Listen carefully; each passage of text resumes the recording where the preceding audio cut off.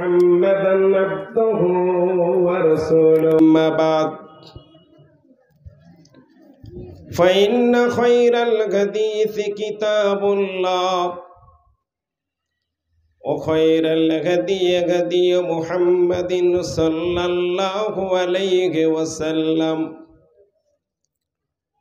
وشر الأمور محدثاتها وكل محدثة بدعة وكل بدعة ضلالة وكل ضلالة في النار. أعوذ بالله من الشيطان الرجيم. بسم الله الرحمن الرحيم. وما خلقت الجن والإنس إلا ليعبدون. وقال تعالى في موضع آخر: يا أيها الذين آمنوا اذكروا الله ذكرا كثيرا وسبحوه بكرة وأصيلا. رب اشرح لي صدري ويسر لي أمري واحلل عقدة من لساني يفقهوا قولي. سبحانك لا علم لنا إلا ما علمتنا إنك أنت العليم الحكيم. رب زدني علما। সম্মানীয় আজকের এই জলসার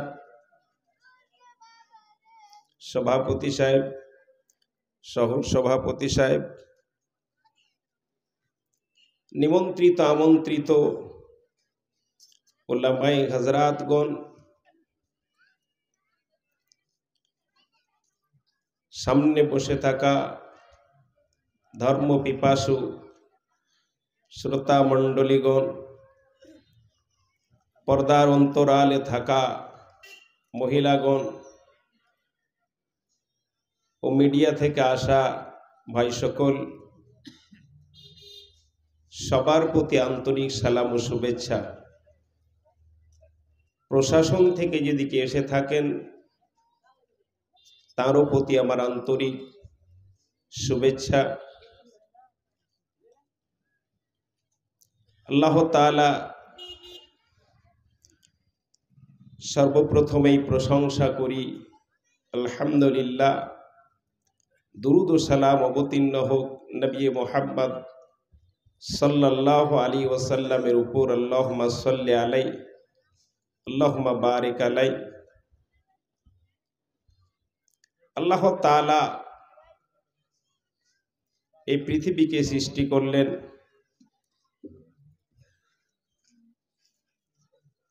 এবং এত বৈচিত্র্যময় পৃথিবী,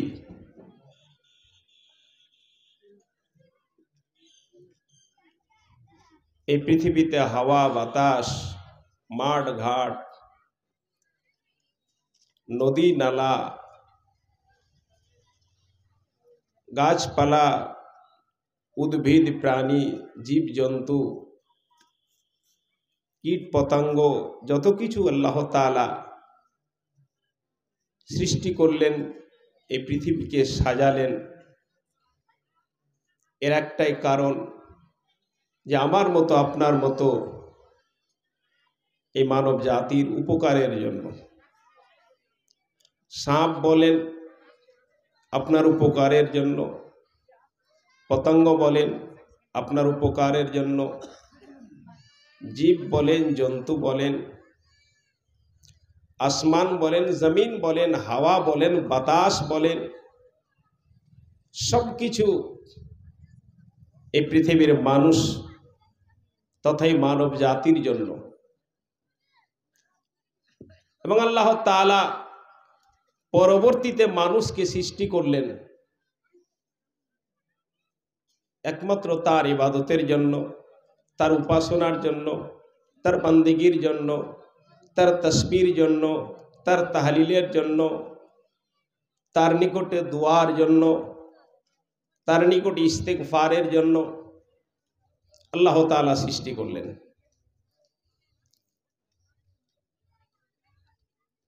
এবং যদি হিসাব করে আমি আপনি দেখি যে আল্লাহ তাআলা এত আমাকে আপনাকে নিয়ামত দিয়েছে, অফুরন্ত নিয়ামত, যা শেষ হওয়ার নয়। এই নিয়ামতের যদি শুকরিয়া আদায় করি, তার খাতিরে সারা জীবন যদি ইবাদত বান্দেগি করি, তবু তার একটা নিয়ামতের হক আদায় করা, ঋণ পরিশোধ করা, কৃতজ্ঞতা জ্ঞাপন করা সম্ভব নয়। অফুরন্ত নিয়ামত। আবার আমাকে আপনাকে আল্লাহ তাআলা যে দুটো চোখ দিয়েছেন, এই চোখের বদলা যদি কিয়ামতের মাঠে আল্লাহ তাআলা চায়, তো সারা জীবন ইবাদত করে বান্দেগি করে দিয়েও তার এই বদলা শোধ দেওয়া সম্ভব নয়। কিন্তু আল্লাহ তাআলার আবার শুকরিয়া জ্ঞাপন করি যে তিনি এই সমস্ত নিয়ামত দিয়েছেন এবং তার বদলেই তিনি আমার আপনার কাছে ইবাদত চেয়েছেন, উপাসনা চেয়েছেন, বান্দেগি চেয়েছেন, তাকে স্মরণ করার জন্য নির্দেশ দিয়েছেন। কিন্তু এইসব জিনিস আবার তিনি বেকার ছাড়ছেন না, এইসব জিনিসের আবার বদলাও তিনি আবার দিয়ে যাচ্ছেন। আল্লাহ তাআলা তাই আবার প্রশংসা করি, আলহামদুলিল্লাহ। আল্লাহ তাআলা পরিষ্কার করে বলছেন যে আমি তোমাদের সৃষ্টি করলাম একমাত্র আমার ইবাদতের জন্য। ওয়ামা খালাকতুল জিন্না ওয়াল ইনসা ইল্লা লিয়াবুদুন। পৃথিবীর মানুষ, আমি তোমাদেরকে সৃষ্টি করেছি একমাত্র আমার ইবাদতের জন্য। ইবাদত করতেই হবে। আপনি দাঁড়িয়ে করেন, না পারলে বসে করেন, না পারলে শুয়ে করেন, যেইভাবে আপনাকে ইবাদত করাই লাগবে। কিন্তু ইবাদতের আবার বদলা আল্লাহ তাআলা দিচ্ছেন। কিভাবে দিচ্ছেন? আপনার ইবাদতের মাধ্যমে আল্লাহ তাআলা, হাদিসে কুদসির মধ্যে রয়েছে, ইবাদতের মাধ্যমে আল্লাহ তাআলার ভালোবাসা অর্জন করা যায়। তার যে ফরজ ইবাদত রয়েছে তার মাধ্যমে তার ভালোবাসা অর্জন করানো যায়। এবং তিনি যে তার নবীর নির্দেশ মোতাবেক আমরা যে নফল ইবাদত করি, অনুসরণ মোতাবেক, তার দ্বারা আল্লাহ তাআলার নৈকট্য লাভ করানো যায়। ইবাদত বেকার হয় না। অনেকেই মানুষ বলে যে হাঁসগুলো পুকুরে ডুব দিয়ে, পিছন উল্টে ডুব দিয়ে তো শামুক পায়। মুসলমানেরা পিছন উল্টে নামাজ পড়ে তো আবার কি পায়? যারা আমরা নামাজ সিজদার মাধ্যমে যে নামাজ কায়েম করি, তা আমরা আবার কি পাই? এত বড় গুরুত্বপূর্ণ ইবাদতের কথা অনেক মানুষই রহস্য করে। অনেক মানুষ ইবাদতকে ফালতু মনে করে, ইবাদতের জন্য মসজিদ নির্মাণ অপ্রয়োজনীয় মনে করে। কিন্তু আল্লাহ তাআলা নবী হযরত মুহাম্মদ সাল্লাল্লাহু আলাইহি ওয়াসাল্লাম তিনি বলছেন, ইবাদতের মাধ্যমে আল্লাহ তাআলার ভালোবাসা অর্জন করানো যায়। কাউকে ভালোবাসতে হলে, কোনো ছেলে মেয়েকে যারা ভালোবাসে তাদের কি করতে হয়? কোনো মেয়ে ছেলেকে ভালোবাসলে তাদের কি করতে হয়? বাবা ছেলেকে ভালোবাসলে বাবাকে কি করতে হয়? ছেলে বাবাকে ভালোবাসলে তাই কি করতে হয়? স্বামী স্ত্রীকে ভালোবাসলে কি কি করতে হয়? স্ত্রী স্বামীকে ভালোবাসলে কি কি করতে হয়? আল্লাহ তাআলা নবী হযরত মুহাম্মদ সাল্লাল্লাহু আলাইহি সাল্লাম বলছেন, আল্লাহ তাআলার ভালোবাসা যদি নিতে চান তাহলে ফরজ ইবাদতের প্রয়োজন হয়। নফল ইবাদতের মাধ্যমে আল্লাহ তাআলার নৈকট্য লাভ করানো হয়। নবী মুহাম্মদ সাল্লাল্লাহু আলাইহি ওয়াসাল্লাম তিনি বললেন, ইবাদতের মাধ্যমে আল্লাহ তাআলা নবীদের সাথে জায়গা পাওয়ানো যায়, নবীদের সাথে জায়গা পাওয়া যায়। আজ আমরা যারা খুব বড় পলিটিক্যাল নেতা হই, তারা তার নিকটবর্তী হওয়ার জন্য কত না কি আমরা করি। একজন এমএলএ, একজন এমপির, একজন মন্ত্রীর নিকটবর্তী হওয়ার জন্য আমরা কত কি করি। নবী মুহাম্মদ সাল্লাল্লাহু আলাইহি ওয়াসাল্লাম তিনি বলছেন ইবাদতের মাধ্যমে, নবী মুহাম্মদ সাল্লাল্লাহু আলাইহি ওয়াসাল্লামের সাথে জায়গা পাওয়া যায়। হযরত রুবাই ইবনে কাব রাদিয়াল্লাহু তাআলা আনহু তিনি বলছেন, মানুষেরা নবী মুহাম্মদ সাল্লাল্লাহু আলাইহি ওয়াসাল্লামের সেবা করত, দিনে সেবা করত। রুবাই ইবনে কাব বলছেন যে আমি রাত্রি জেগে জেগে নবী মুহাম্মাদের রাত্রের সেবা করতাম। নবী আবার ঘুমিয়ে থাকতেন, রুবাই ইবনে কাব জেগে থাকতেন। কখন নবী ঘুম থেকে উঠবেন? তাহাজ্জুদের জন্য উঠবেন। কোন প্রয়োজনে নবী আমার ঘুম থেকে উঠবেন, প্রয়োজন হয়ে যাবে, আমি তার প্রয়োজন মিটাবো। তাই রুবাই ইবনে কাব রাদিয়াল্লাহু তাআলা আনহু রাত্রি জেগে জেগে বসে থাকতেন, কখন নবীর প্রয়োজন, কখন নবীর প্রয়োজন। রুবাই ইবনে কাব তিনি নিজে বলছেন, নবী যখন তাহাজ্জুদের জন্য উঠতেন আমি ওই মুহূর্তে জলের ব্যবস্থা করে দিতাম, নবীকে মিসওয়াক এবং দাঁতুনের ব্যবস্থা করে দিতাম, নবীর প্রয়োজনে আমি কাজ আসতাম।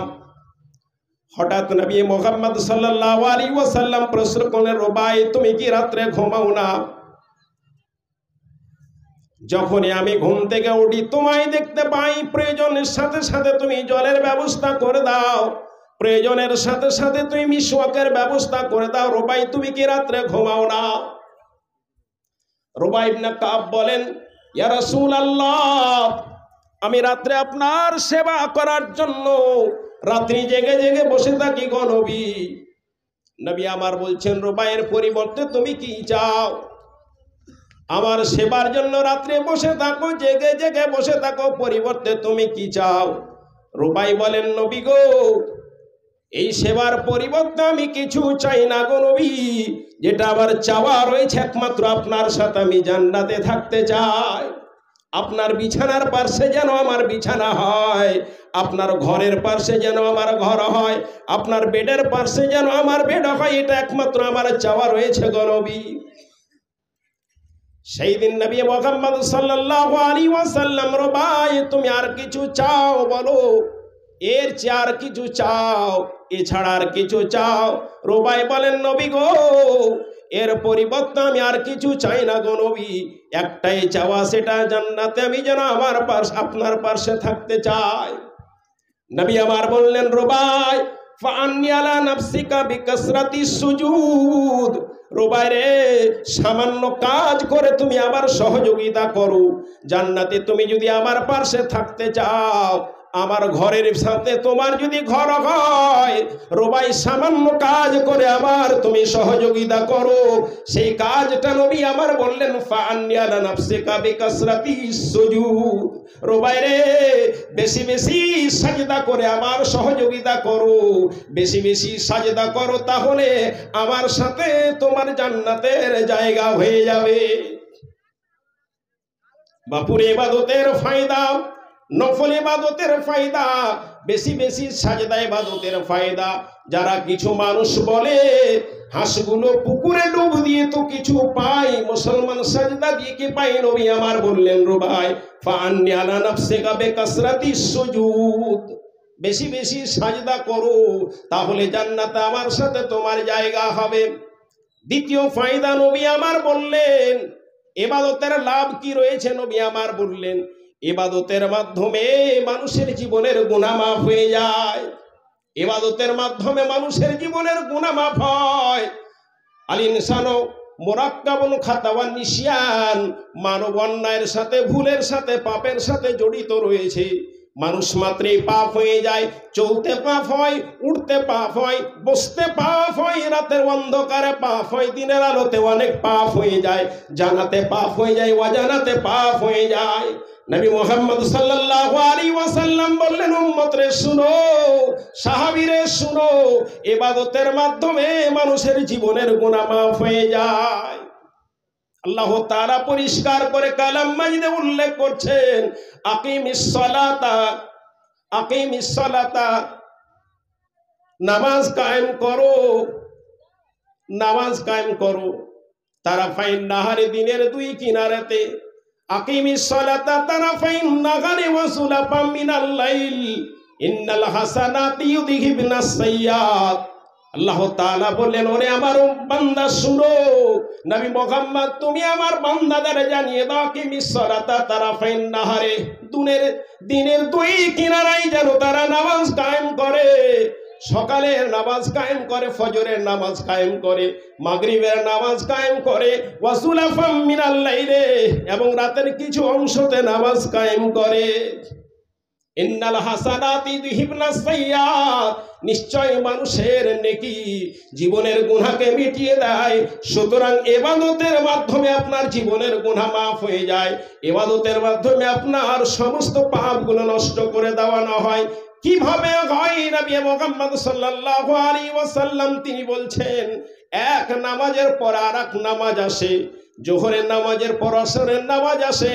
জোহর এবং আসরের মধ্যবর্তী যে পাপ হয়ে গেল, এই দুই নামাজের মধ্যবর্তী পাপটা পরবর্তী নামাজে আপনার মিটে গেল, পাপ ক্ষমা হয়ে গেল।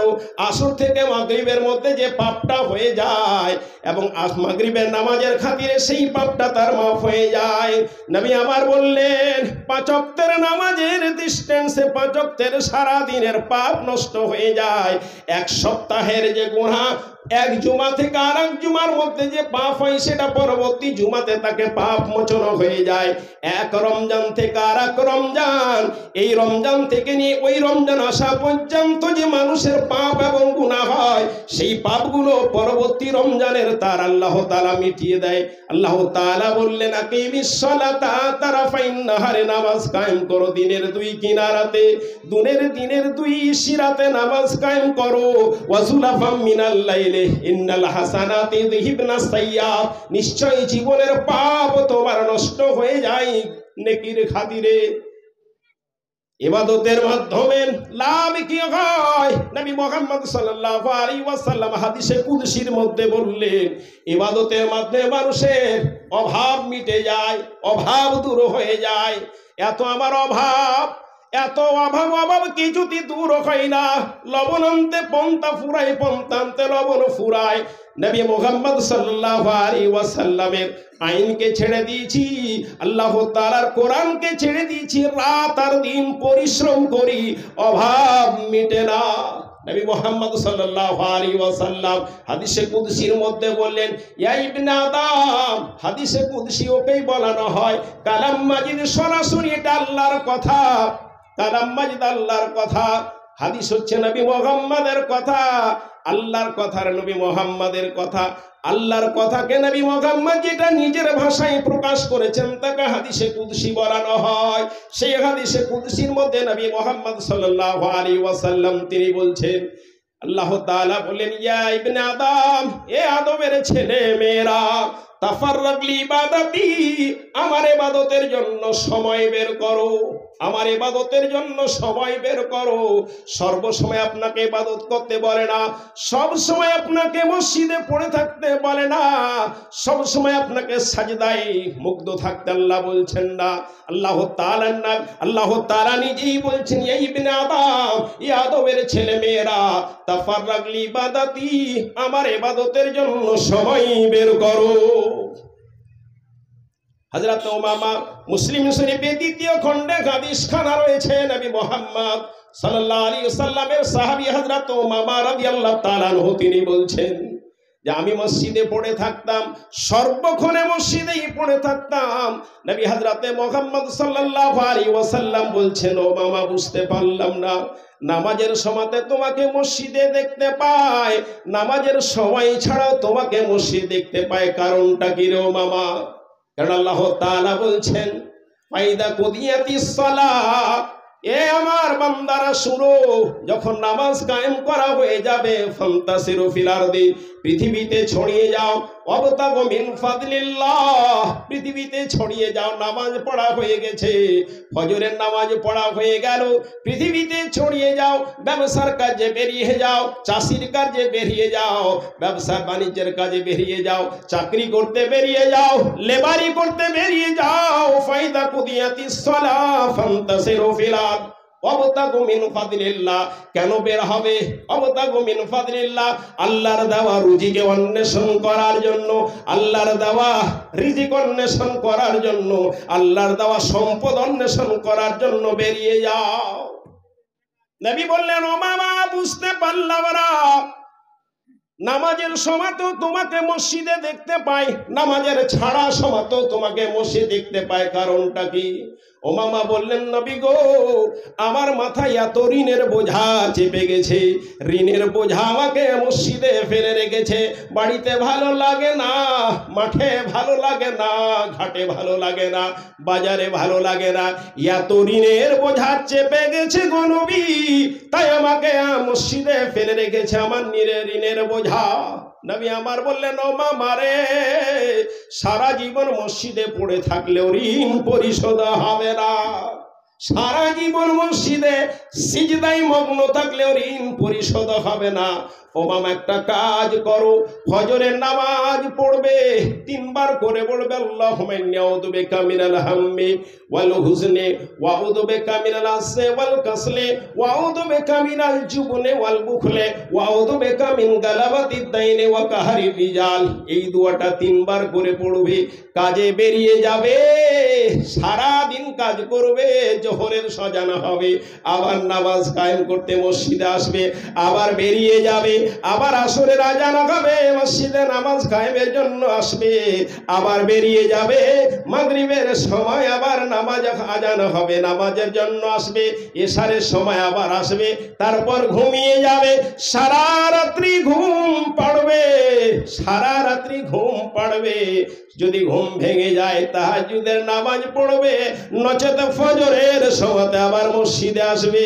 ও মামারে শুনো, ফজরের নামাজের পর 3 বার দোয়াটা পড়ে বেরিয়ে যাবে, মাগরিবের নামাজের পর 3 বার দোয়াটা পড়বে। হযরত উমামা বাহিনী রাদিয়াল্লাহু তাআলা তিনি বলছেন, আমি নবীর এই কথাটার প্রতি আমল করলাম এবং আমি বেরিয়ে গেলাম। আল্লাহ তাআলার শুকরিয়া, তিনি 6 মাসের মধ্যে আমার সমস্ত ঋণকে তিনি মিটিয়ে দিলেন।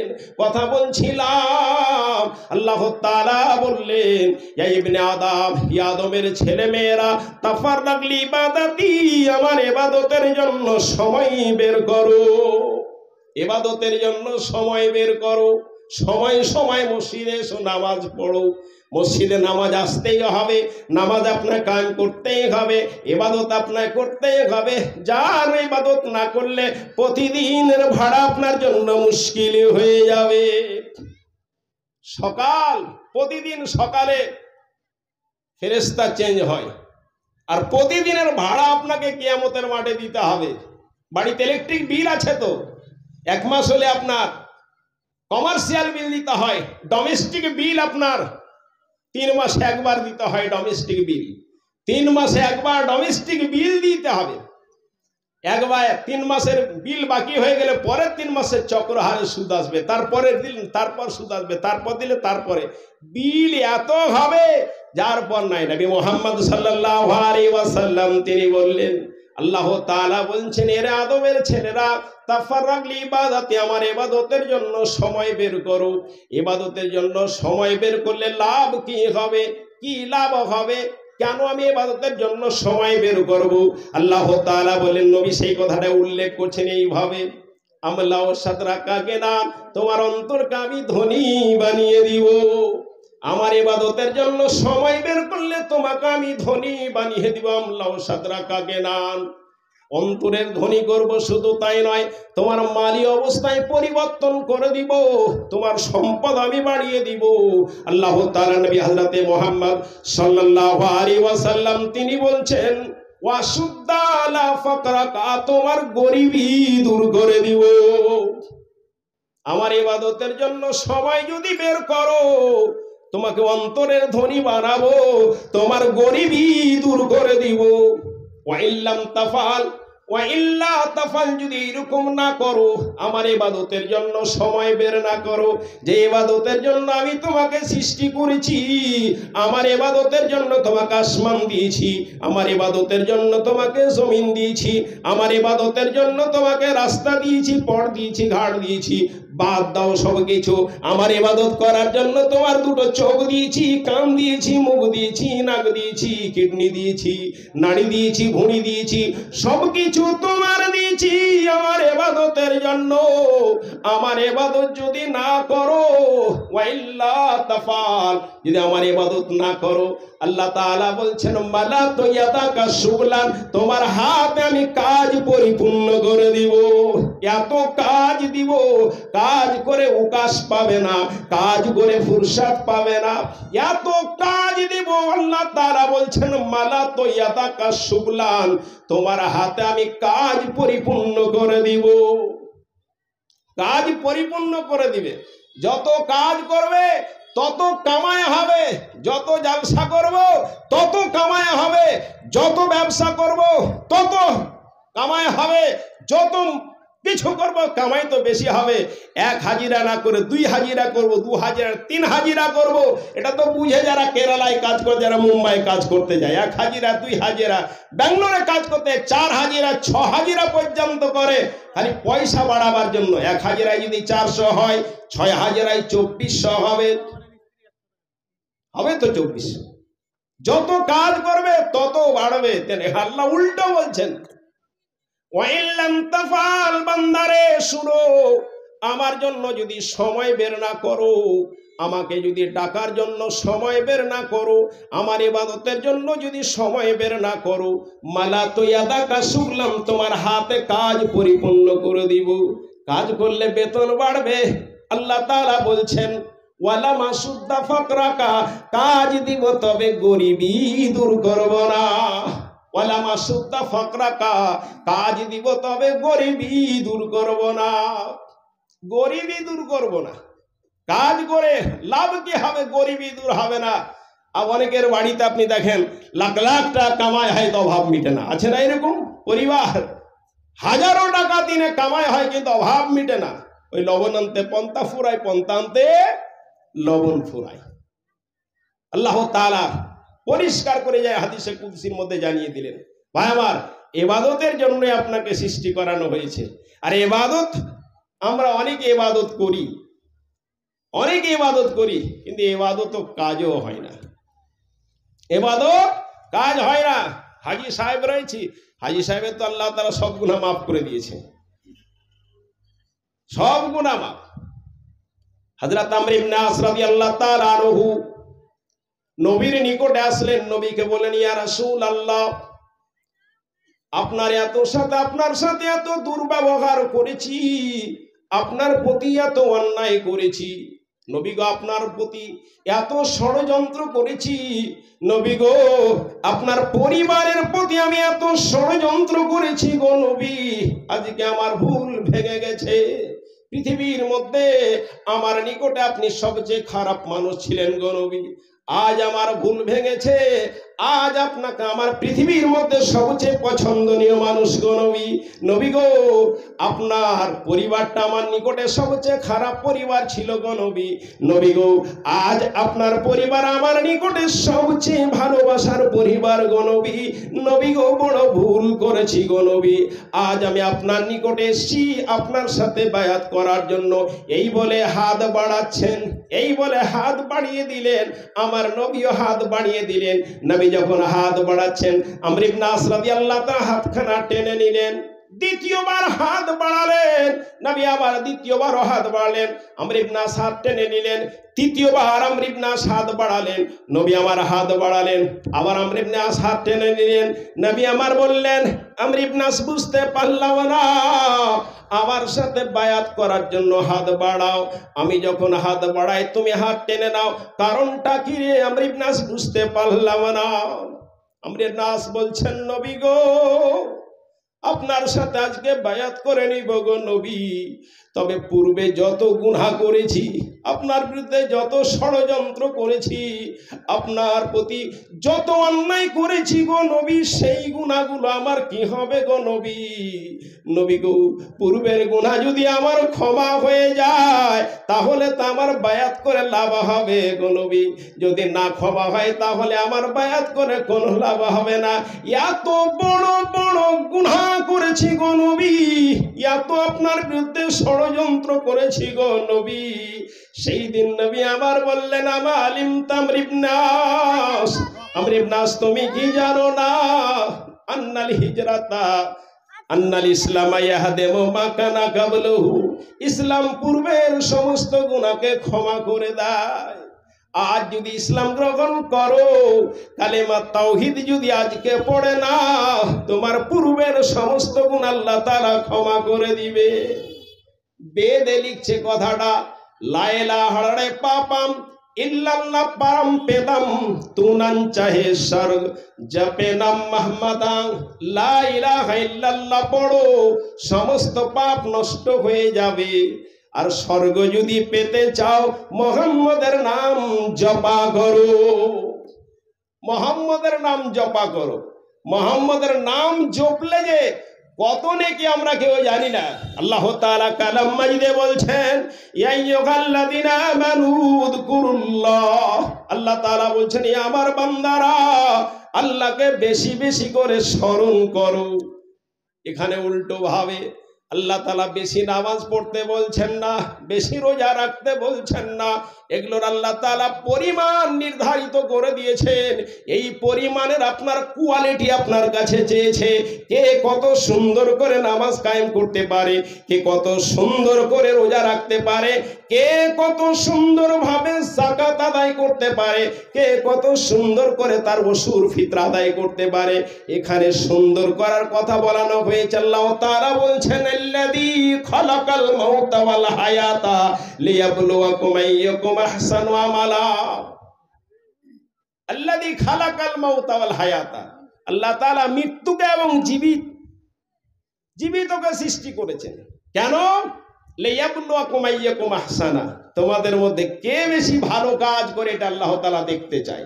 কিন্তু এইখানে আল্লাহ তাআলা বলছেন, ইয়া আইয়ুহাল্লাযীনা আমানু উযকুরুল্লাহা যিকরান কাসীরা, এ আমার বান্দারা, আমাকে যারা স্বীকার করেছো, আমার প্রতি যারা ঈমান নিয়েছো, তারা বেশি বেশি আমাকে স্মরণ করো, বেশি বেশি আমাকে স্মরণ করো। ওয়াসাব্বিহু বুকরাতাও ওয়াসিলা, সব্বেহু বলছে আমার তাসবিহ বর্ণনা করো, সকালে করো এবং সন্ধ্যায় করো, বেশি বেশি জিকির করো। তো যতগুলো তাসবিহ, তাহলিল, দোয়া, আজকার যত রয়েছে, সমস্ত দোয়ার যদি আপনি নিচড় দেখতে চান, যদি মগ দেখতে চান, 23 বছরে নবীর জীবনে কত দোয়া করেছেন, 23 বছর নবী জীবনে কত তাসবিহ করেছেন, কত জিকির আজকার করেছেন, বহুত প্রসঙ্গ আলাদা। তবু ইশারা আপনাকে দিতে চাইছি, এতগুলো তাসবিহ তাহলিলের মধ্যে যার নিচড় যদি দেখতে চান, তো 5 থেকে 6 খানা যদি আপনি কাজ করেন, তাহলে আপনাকে আল্লাহ তাআলার বেশি বেশি স্মরণ করা হয়ে যাবে। 5 থেকে 6 খানা কাজ, 5 থেকে 6 খানা কাজ, এটা প্রত্যেকেরই আপনাদের জানা, কিন্তু কেউ আমরা করি না। এটা অশিক্ষিত মানুষও কাজগুলো জানে, কিন্তু আমরা কেউ করি না। আল্লাহ তাআলা নবী হযরতে মুহাম্মদ সাল্লাল্লাহু আলাইহি ওয়াসাল্লামের যতগুলো রয়েছে জিকির আজকার দোয়া, তার মধ্যে 5-6 খানা রয়েছে, যদি আপনি করেন তাহলে আপনাকে বেশি বেশি আল্লাহকে স্মরণ করা হয়ে যাবে। নাম্বার 1, নবীর প্রতি বেশি বেশি করে দুরূদ পড়া। 1 নম্বর র্যাঙ্কের যদি আপনার আসে, 1 নম্বর নবীর উপরে বেশি বেশি দুরূদ পড়া। আমরা কেউ নবীর উপরে দুরূদই পড়ি না, আর কেউ যদি পড়ি এমন বানাওয়াটি দুরূদ পড়ি যে হাদিস ও কোরআনে পাওয়া যায় না। বেশি বেশি জিকির আজকার, বেশি বেশি দোয়া আল্লাহ তাআলা করতে বলছেন। ইয়া আইয়ুহাল্লাযীনা আমানু উযকুরুল্লাহা যিকরান কাসীরা, ইয়া আমার বান্দারা, আমাকে যারা বিশ্বাস করেছো, আমার প্রতি যারা ঈমান এনেছো, বেশি বেশি জিকির করো, বেশি বেশি আমাকে স্মরণ করো। বেশি বেশি স্মরণ করা তখনই হবে যখনই আপনি বেশি বেশি নবীর উপর দুরূদ পড়বেন। নবী মুহাম্মদ সাল্লাল্লাহু আলাইহি ওয়াসাল্লাম বলছেন, মান সাল্লা আলাইয়া সালাতান ওয়াহিদাতান, কেউ যদি আমার উপরে একবার দুরূদ পড়ে, সাল্লাল্লাহু আলাইহি আশারা সালাওয়াতিন, আল্লাহ তাআলা নেই বলছেন, তাহলে আল্লাহ তাআলা তার উপর 10 খানা রহমত নাযিল করবেন। 10 খানা রহমত নাযিল করবেন। अब রহমত কাকে বলে? উদাহরণ স্বরূপ দেখছি, আপনার এই বাবলু ভাইয়ের গাড়ি নিয়ে আনতে গেছিলেন, ড্রাইভার গাড়ি চালাচ্ছে, তা আমার মনে হচ্ছে যে বাবা এই সাইকেলটা এই দিক থেকে আসছে বা টোটো আসছে, একেবারে ধাক্কা মেরেই দিল মনে হচ্ছে, মানে লেগেই যাবে, কিন্তু বেঁচে গেল। রহমত একেই বলা না হয়, অল্পের জন্য বেঁচে গেলেন, অল্পের জন্য। দৌড়তে দৌড়তে যাচ্ছিলেন, হঠাৎ একখানা কমচি বেড়ে আছে, মনে হচ্ছে আপনার চোখে লেগে গেল, এই দিক দিয়ে বেরিয়ে গেল, বেঁচে গেলেন। রহমত নাযিল করা। এই মুহাম্মদ বলছেন, মান সাল্লাল্লাহু আলাইহি সালাতান ওয়াহিদাতান, যারা আমার উপরে একবার দুরূদ পড়বে, এই মুহাম্মদ বললেন আল্লাহ তাআলা তার উপরে 10 খানা রহমত নাযিল করবে। 10টা রহমত নাযিল হয়ে গেল। ওয়া হুত্তাতানহু আশারা খাতিয়াতিন, 10টা আপনার গুনাহ মাফ করানো হবে। ওয়া রুফিয়াত, এবং তোমার সম্মান বাড়ানো হবে। 10 খানা সম্মান বাড়ানো হবে, 10 জায়গাতে তোমার সম্মান বৃদ্ধি হবে। বাপুরি নবীর উপরে একবার যদি আপনি দুরূদ পড়েন, আমাদের মাননীয় পশ্চিমবঙ্গ সরকারের মুখ্যমন্ত্রী ইমামদের 2500 করে দেয়, মসজিদের 1000 টাকা দেয়। ইমাম হতে সবাই চায় না, কারণ সূরা মুখস্থ লাগবে, কিন্তু মুয়াজ্জিন হতে তো কোনো ব্যাপার নাই। আজান টেড়া ভাবে হোক আর বাঁকা ভাবে হোক, আওয়াজ হোক আর না হোক, ভুল হোক আর শুদ্ধ, আজান তো হয়ে যাবে। মুয়াজ্জিন হওয়ার জন্য লড়াই করে, দলিল মানে। নবী মুহাম্মদ সাল্লাল্লাহু আলাইহি ওয়াসাল্লাম বললেন, যারা 5 ওয়াক্তের আজান দিবে, কিয়ামতের মাঠে তার সম্মান বৃদ্ধি হবে। দলিল পেশ করে। আরে বাপু শুনো, মুয়াজ্জিন আজান দেয় আল্লাহু আকবার বলে, তুমি জবাব দাও আল্লাহু আকবার। মুয়াজ্জিন পুরো আজান দিল, তুমি পুরো আজানের জবাব দিলে। মুয়াজ্জিনের আজান শেষ হয়ে গেল, তুমি নবীর উপর ওয়াসিলার দোয়া পড়লে, আল্লাহুম্মা রাব্বা হাযিহি দাওয়াতিত তাম্মা ওয়াস সালাতিল কায়মা আতি মুহাম্মাদানিল ওয়াসিলাতা ওয়াল ফাদিলা ওয়া বাসুহু মাকামান মাহমুদানিল্লাযী ওয়া'আতা। এই দোয়া তুমি যদি পড়ো, নবী মুহাম্মদ বললেন, হাল্লাত লাহুস শাফা, কিয়ামতের মাঠে আপনার জন্য নবীর সুপারিশ করা বৈধ হয়ে গেল। আপনি হিসাব দিতে দিতে আপনার গাড়ি আটকে গেল, আপনি জান্নাতে যেতে পারেন না, কিন্তু নবীর উপর যে বারবার দুরূদ পড়েছেন, নবীর জন্য যে ওয়াসিলার দোয়া করেছেন, আল্লাহ তাআলা নবী হযরতে মুহাম্মদ আপনার জন্য সুপারিশ করা তার জায়েজ এবং বৈধ হয়ে গেল। শুধু তাই নয়, নবী আমার বললেন, যারা আজান শুনলো, আজানের পর আমার শোনার পর আজানের সাথে সাথে জবাব দিল, আজান সমাপ্ত হয়ে গেল, আমার উপর ওয়াসিলার দোয়া পড়লো, নবী আমার বলছেন, ওয়াজাবাত লাহুল জান্নাহ, তার জন্য জান্নাত ওয়াজিবি হয়ে গেল, জান্নাত জরুরি হয়ে গেল, জান্নাত অপরিহার্য হয়ে গেল। এরে বাবু, মুয়াজ্জিন আজান দিয়ে তো কোথাও বলানো হলো না সে জান্নাতি হলো, কিন্তু যারা আজান শুনলো, আজানের জবাব দিল, নবীর উপর ওয়াসিলার দোয়া পড়লো, নবী আমার বলছেন, ওয়াজাবাত লাহুল জান্নাত, তার জন্য জান্নাত ওয়াজিব হয়ে গেল। দুরূদ প্রত্যেকেরই মুখস্থ রয়েছে, শুধু আমরা পড়ি না। আল্লাহুম্মা সাল্লি আলা মুহাম্মদ ওয়া আলা আলি মুহাম্মদ কামা সাল্লাইতা আলা ইব্রাহিম ওয়া আলা আলি ইব্রাহিম ইন্নাকা হামিদুম মাজিদ। আল্লাহুম্মা বারিক আলা মুহাম্মদ ওয়া আলা আলি মুহাম্মদ কামা বারাকতা আলা ইব্রাহিম ওয়া আলা আলি ইব্রাহিম ইন্নাকা হামিদুম মাজিদ। মুখস্থ সবার আছেন আপনাদের এগুলো? তাহলে যদি আপনি পড়েন এই দুরূদটা, তাহলে লাভ কি হলো? যতগুলো আল্লাহ তাআলাকে স্মরণের কথা বলা হয়েছে, আপনার এই দুরূদে আল্লাহকে স্মরণ করা হয়ে গেল। এক সাহাবী বলছেন, আল্লাহ রাসূল, আমি আমার দুয়ার মধ্যে আপনার জন্য কত অংশ দুরূদ পড়ব? কতটা অংশ পড়ব? 3 ভাগের 1 ভাগ পড়ব? নেই বলেন, এর চেয়ে পারলে বেশি পড়ো। সাহেব বললেন, নবী গো, তাহলে অর্ধেকটা আপনার জন্য পড়ব। নবী আমার বললেন, এর চেয়ে যদি পারো বেশি পড়ো। সাহাবীটি বললেন, নবী গো, আমার পুরো দুয়াটাই আল্লাহর নিকটে আমি যে দোয়া করি সবখানি আপনার জন্য করে নিব। সবটাই আপনার জন্য। দুরুদের কত ফায়দা আপনি দেখেন। আমার নবী জনাবে মুহাম্মদ রাসূলুল্লাহ সাল্লাল্লাহু আলাইহি ওয়াসাল্লাম খুতবা দেওয়ার জন্য মেম্বারে উঠছেন।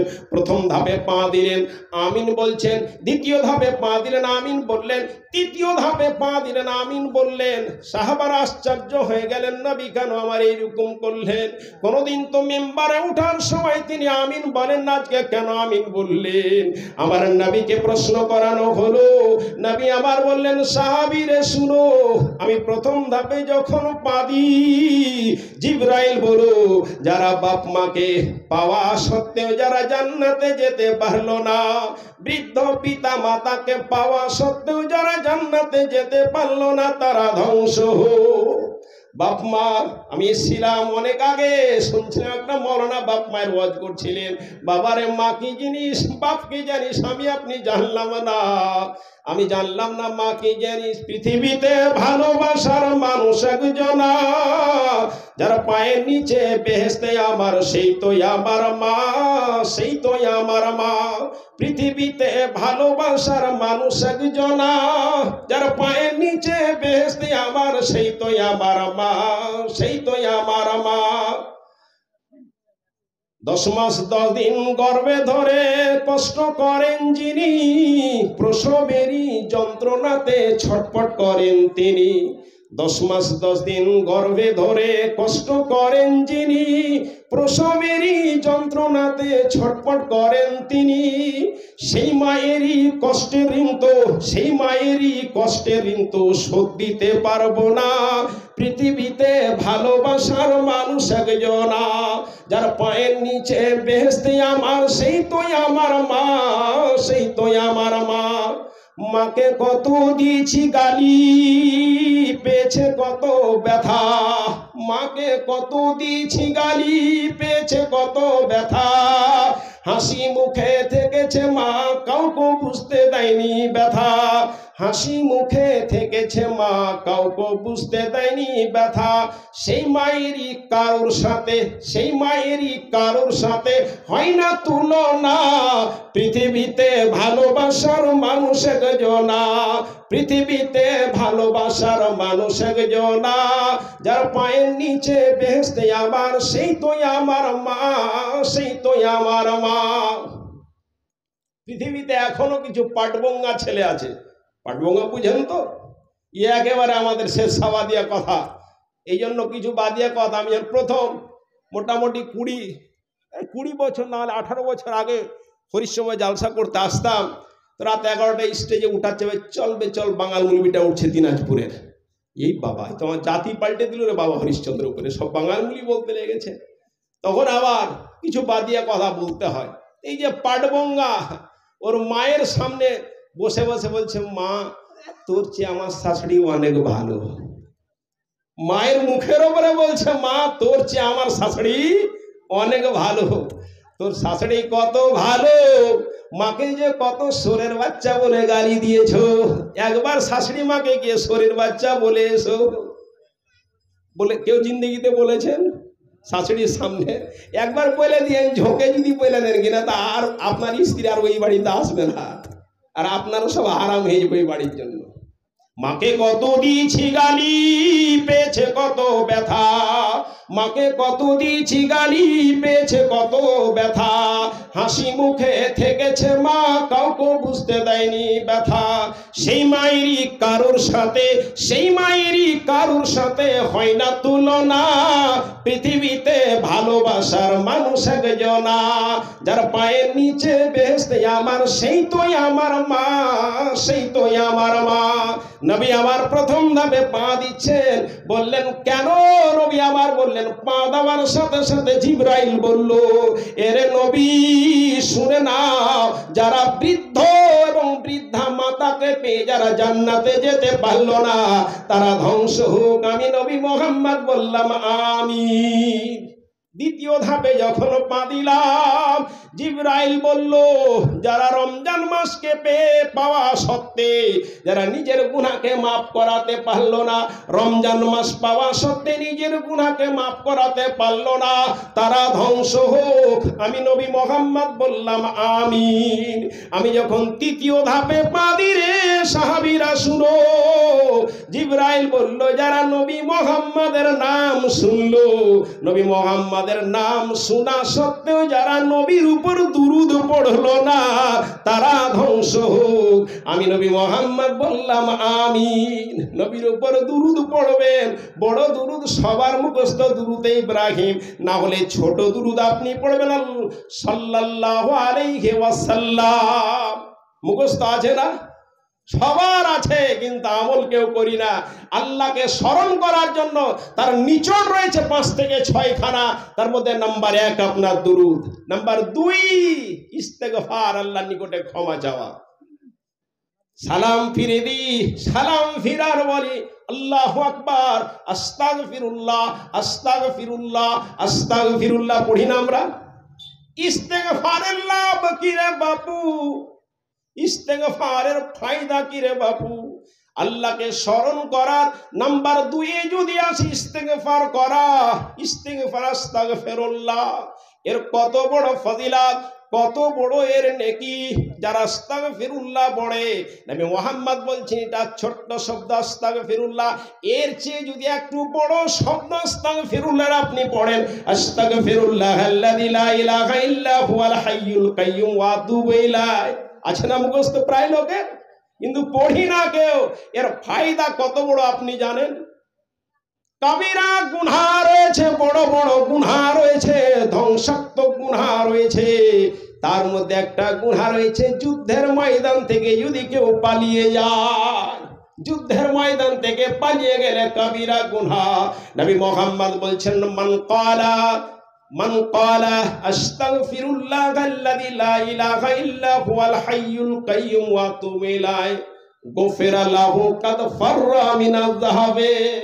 নবী মুহাম্মদ বললেন, যুদ্ধের ময়দান থেকে যদি পালিয়ে যায়, এত বড় গুনাহ এই ইস্তেগফারের মাধ্যমে ক্ষমা করে দেওয়ানো হয়। পূর্বের যত গুনাহ রয়েছে ওই গুনাহগুলো আপনার সমস্ত ক্ষমা হয়ে যায়।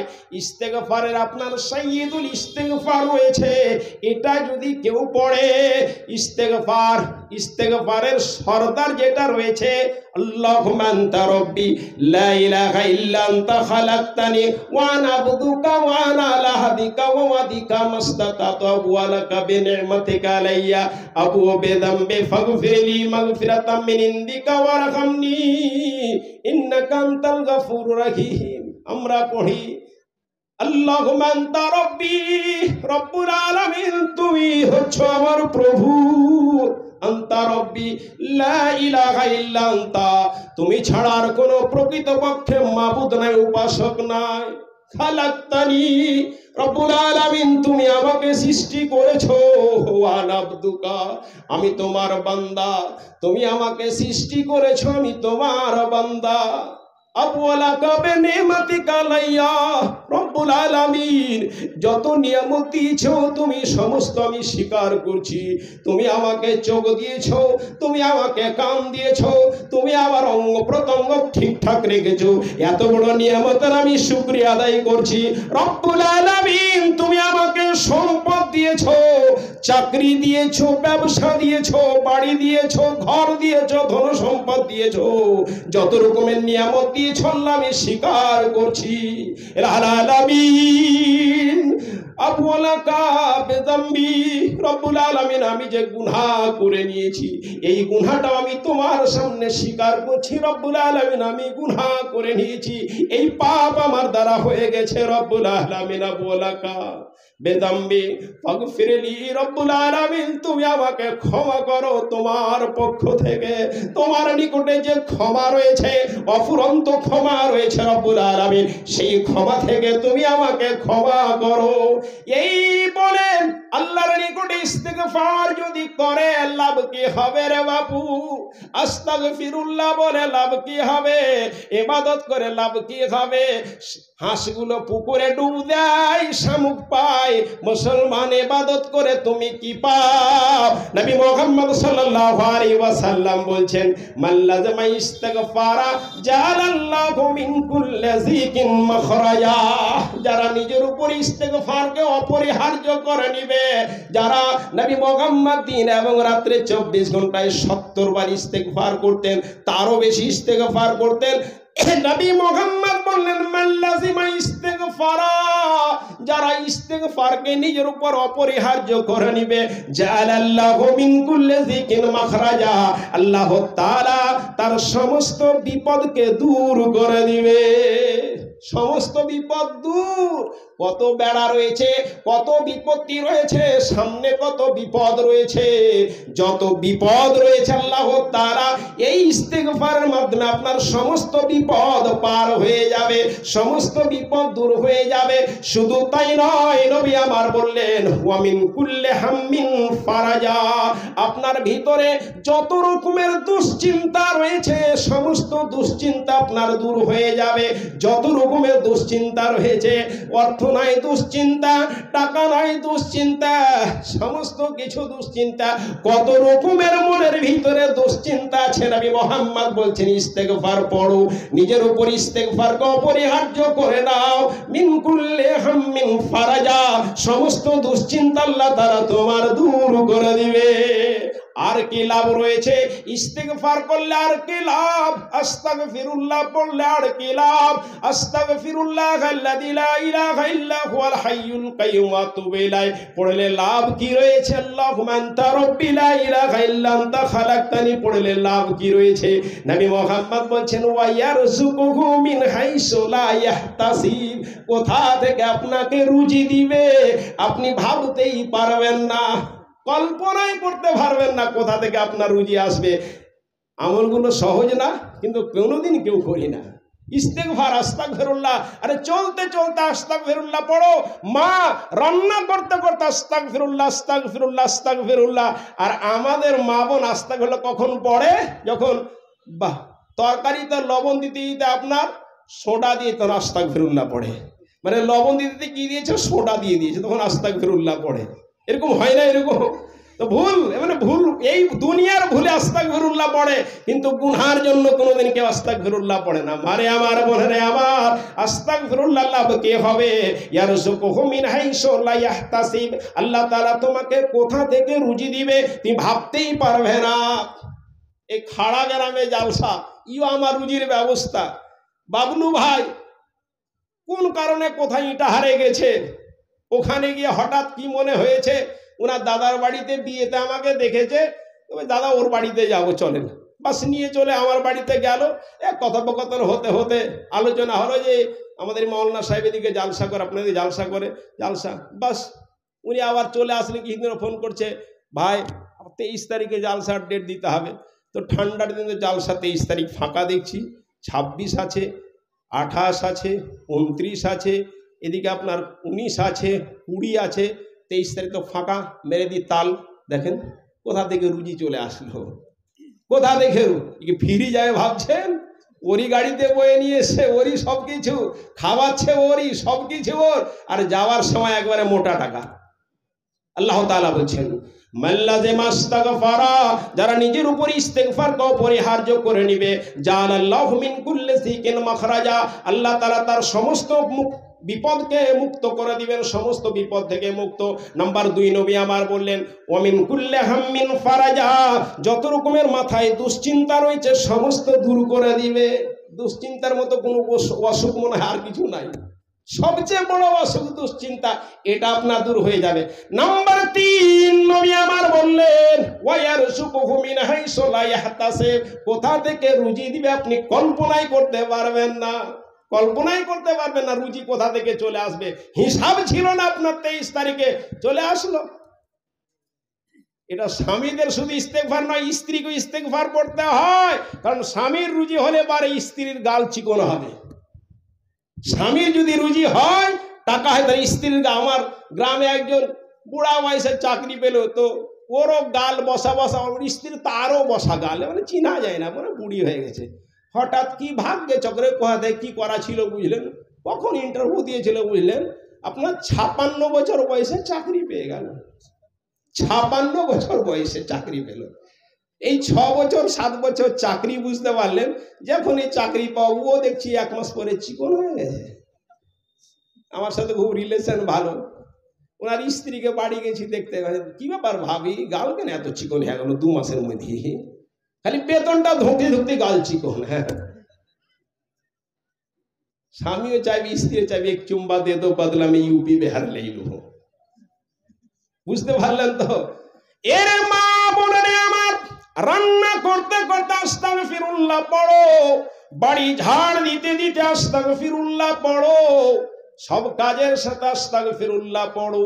লাভ কি হবে? আল্লাহ তাআলা নবী হযরতে মুহাম্মদ বলেন, ইয়ারযুকুহু মিন হাইসু লা ইয়াহতাসিব, কোথা থেকে তোমাকে রুজি দিবে তুমি কল্পনাই করতে পারবে না। ছিল ছাপ্পাড়ের ঘর হয়ে যাবে বিল্ডিং, ছিল আপনার একতলা হয়ে যাবে 2 তলা।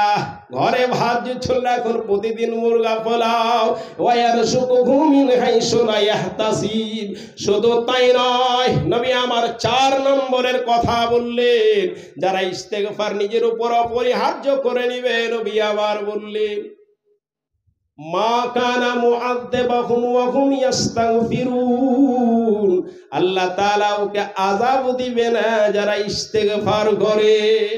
কবরে আযাব হবে না, জাহান্নামে আযাব হবে না, হাসরের ময়দানে কষ্ট পাবে না। যারা সর্বসময় আল্লাহর নিকট ইস্তেগফার করে, ইস্তেগফারের এত ফায়দা রে বাপু, কবর আযাব কত কঠিন রে বাপু, একবার ভেবে দেখো। মৃত্যু কত কঠিন রে বাপু, একবার ভেবে দেখো। এই পৃথিবীতে মেতে আছো, আল্লাহর দিনকে ছেড়ে দিয়েছো, ইবাদত বান্দিগি ছেড়ে দিয়েছো। এই পৃথিবী বেশি দিন বাঁচবে না, পৃথিবীতে বেশি দিন থাকবে না। এ মিছে দুনিয়ায় তুমি থাকবা কতদিন, এ মিছে দুনিয়ায় তুমি থাকবা কতদিন, এ মিছে দুনিয়ায় তুমি থাকবা কতদিন। হঠাৎ করে উঠবে বেজে চলে যাওয়ার বিন, হঠাৎ করে উঠবে বেজে চলে যাওয়ার বিন, এ মিছে দুনিয়ায় তুমি থাকবা কতদিন।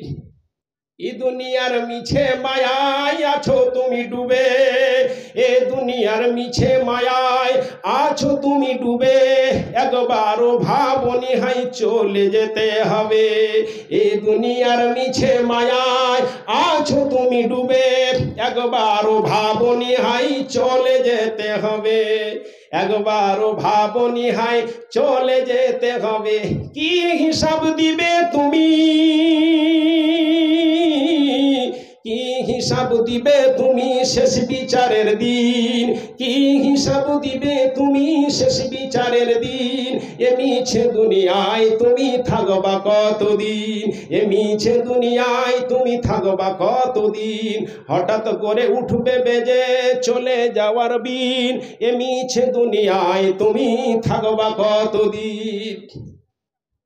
নতুন সাজে সাজবে তুমি সাদা পোশাকে, নতুন সাজে সাজবে তুমি সাদা পোশাকে, দলে দলে আসবে সবাই তোমায় দেখিতে।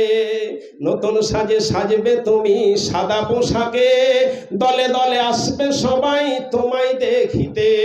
নতুন সাজে সাজবে তুমি সাদা পোশাকে, দলে দলে আসবে সবাই তোমায় দেখিতে। তোমায় মনে রাখবে সবাই, তোমায় মনে রাখবে সবাই অল্প কিছুদিন, তোমায় মনে রাখবে সবাই অল্প কিছুদিন। এ মিছে দুনিয়ায় তুমি থাকবা কতদিন, এ মিছে দুনিয়ায় তুমি থাকবা কতদিন। হঠাৎ করে উঠবে বেজে চলে যাওয়ার বিন। বাপুরে আমার, ইস্তেগফার যদি নিজের উপর অপরিহার্য করে নাও, নবী মুহাম্মদ সাল্লাল্লাহু আলাইহি ওয়াসাল্লাম তিনি বলছেন, ওয়া মা কানা মুআযযিবাহুম ওয়া হুম ইস্তাগফিরুন, যারা অপরিহার্য করেছে নিজের উপর ইস্তেগফারকে, আল্লাহ তাআলা তাকে আযাব থেকে বাঁচিয়ে নেবেন। তাকে আযাব দেওয়ানো হবে না, কবরে আযাব হবে না, জাহান্নামে তার আযাব হবে না যদি ইস্তেগফার লাজেম পাকড়ো। ৫ম নম্বরে নবী আমার বললেন, মুস্তাজ মুস্তাজাবুদ দাওয়া, আল্লাহর কাছে যা চাইবে তাই কবুল হয়ে যাবে। বেটা চাইলে বেটা দিবে, মেয়ে চাইলে মেয়ে দিবে, সম্পদ চাইলে সম্পদ দিবে, জাহান্নাম থেকে বাঁচতে চাইলে জাহান্নাম থেকে বাঁচাবে, জান্নাত চাইলে জান্নাত দিবে যদি তুমি ইস্তেগফার লাজিম পাকড়ো। ইস্তেগফারের 5খানা কমজ কম ফায়দা রয়েছে, জানা আছে না আপনাদের প্রত্যেকে? ইস্তেগফার, আস্তাগফিরুল্লাহ, বড়টা জানলেন না? সাইয়্যিদুল ইস্তেগফার মুখস্থ করে নেবেন, মুখস্থ করে নেবেন, আস্তাগফিরুল্লাহ আল্লাযী মুখস্থ করে নেবেন। নাম্বার 2 নবী আমার বললেন, নাম্বার 3 নবী আমার বললেন আল্লাহকে বেশি বেশি স্মরণ করা। কি 3 নাম্বার? একটাই শব্দ বলি, ইয়া জাল জালালি ওয়াল ইকরাম, ইয়া জাল জালালি ওয়াল ইকরাম, ইয়া জাল জালালি ওয়াল ইকরাম। নামাজ যখন আমরা শেষ করি, হযরত উম্মে সালমা রাদিয়াল্লাহু তাআলা আনহা তিনি বলছেন, নবী সাল্লাল্লাহু আলাইহি ওয়াসাল্লাম নামাজে সালাম ফিরতেন, আল্লাহুম্মা আনতাস সালাম ওয়া মিনকাস সালাম তাবারাকতা ইয়া জাল জালালি ওয়াল ইকরাম। এটা বলতেন, আমরা উঠে চলে যেতাম, আমরা মেয়েরা উঠে চলে যেতাম। বুঝা গেল সালাম ফিরার পরে ইস্তিগফার, সাথে সাথে আল্লাহুম্মা আনতাস সালাম ওয়া মিনকাস সালাম তাবারাকতা ইয়া জাল জালালি ওয়াল ইকরাম যখনই নবী আমার বলতেন, বলতে বলতে আমরা বলতে বলতে উঠে আমরা মসজিদ থেকে বেরিয়ে যেতাম। কথা বলছিলাম বাপুরে আমার, আল্লাহকে বেশি বেশি স্মরণ করা। নিচড় যে কয়েকটা দোয়া রয়েছে, তাসবিহ রয়েছে, তার মধ্যে 3 নম্বরে এসে আপনার ইয়া জাল জালালি ওয়াল ইকরাম, ইয়া জাল জালালি ওয়াল ইকরাম। সময় অত্যন্ত কম, আমার পরে পরে যিনি আসবেন বিদ্যার সাগর, অত্যন্ত জনপ্রিয় বক্তা। আমার ইচ্ছা, আমার পরিবারের ইচ্ছা হয় যে উনার বসে বসে উনার ওয়াজ শুনি। তিনি আমার পরে পরে চলে আসছেন, জনাব মাওলানা আলহাজ বদরুদ্দোজা আসনাদবী সাহেব উনি চলে আসছেন। এই জন্য আমি চাইছি তাড়াতাড়ি আপনার শেষ করতে, আর উনাকে তাড়াতাড়ি স্টেজে আসতে খুব তাড়াতাড়ি চাইছি, কিছুক্ষণের মধ্যে উনি চলে আসবেন। চলে এসছেন? ও আসেনি না? ইস্তেগফার 3 নম্বর কি বললাম? যে আপনার ইয়া জাল জালালি কাম। 4 নম্বর সবার জানা, লা হাওলা ওয়ালা কুওয়াতা ইল্লা বিল্লাহ। আল্লাহ বলছেন, ইয়া আইয়ুহাল্লাযিনা আমানু উযকুরুল্লাহ, এরে আমার বান্দারা আমাকে বেশি বেশি স্মরণ করো, বেশি বেশি আমার নিকটে দোয়া করো, বেশি বেশি আমাকে ডাকো, বেশি বেশি আমার নামে তাসবিহ করো, তাহলে আমাকে বেশি বেশি স্মরণ করা হবে। এই সমস্ত দোয়া তাসবিহ তাহলিলের মধ্যে 5 থেকে 6 খানা জিনিস রয়েছে। যদি আপনি পাঠ করেন, আপনার আজকের জালসা কামিয়াবি হয়ে যাবে। জালসা কামিয়াবি। শুনলাম এই গ্রামে নাকি দান খুব কম দেয় আর কি, আর বাস্তবে দেখলাম মাগরিবের নামাজ মসজিদে পড়তে গেলাম, এত বড় দোপাতিয়া গ্রাম, কাঁড়ির পালায় এত বড় বড় জাতে শেরশাহ, এদের যদি মসজিদে অবস্থায় থাকে, এখন মসজিদে অবস্থায় থাকে, আর আল্লাহকে কি জবাব দিবে? জি এখনো আর মসজিদে এরকম হয়ে আছে। এই গ্রামে তো মানুষ বেটির বিয়ে সহজে দিবে না, যার মসজিদই ঠিক নেই। ভাই আমার, এই জন্য হিসাব করে বানান, মসজিদটাকে বানান। কি বলছিলাম? যে আপনার 4 নম্বরে যে পড়বেন সেটা কি? লা হাওলা ওয়ালা কুওয়াতা ইল্লা বিল্লাহ। জানা আছে না প্রত্যেকের আপনাদের? লা হাওলা ওয়ালা কুওয়াতা ইল্লা বিল্লাহ, ছোট্ট শব্দ, এর মূল্য কত? নবী মুহাম্মদ বলছেন যে লা হাওলা ওয়ালা কুওয়াতা ইল্লা বিল্লাহ কানজুম মিন কুনুজিল জান্নাহ, জান্নাতের ভান্ডারের মধ্যে একটা ভান্ডার। লা হাওলা ওয়ালা কুওয়াতা ইল্লা বিল্লাহ, জান্নাতের ভান্ডারের মধ্যে একটা ভান্ডার। আমরা কেউ পড়ি না লা হাওলা ওয়ালা কুওয়াতা ইল্লা বিল্লাহ। যখন ঝড় আসে আর কি, তখন ওই যে মাওলানা মুমতাজ আলী সাহেব বলছিলেন 3 হাদিসের কথা, নবী সাহেব দোয়া করলেন যে বিপদ আসবে না, যখন করুণা আসে তখন আমরা দোয়া করি লা হাওলা ওয়ালা, করুণাতে না, যখন ঝড় আসে তখন, ঝড় আসে তখন লা হাওলা ওয়ালা কুওয়াতা ইল্লা।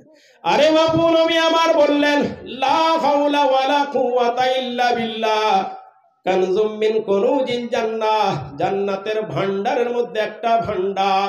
লা হাওলা ওয়ালা কুওয়াতা পড়লে লাভ কি হবে? নবী আমার বললেন এই কালেমাটা, এই তাসবিহটা 99টা অসুখের ওষুধ। কটা অসুখের? 99টা।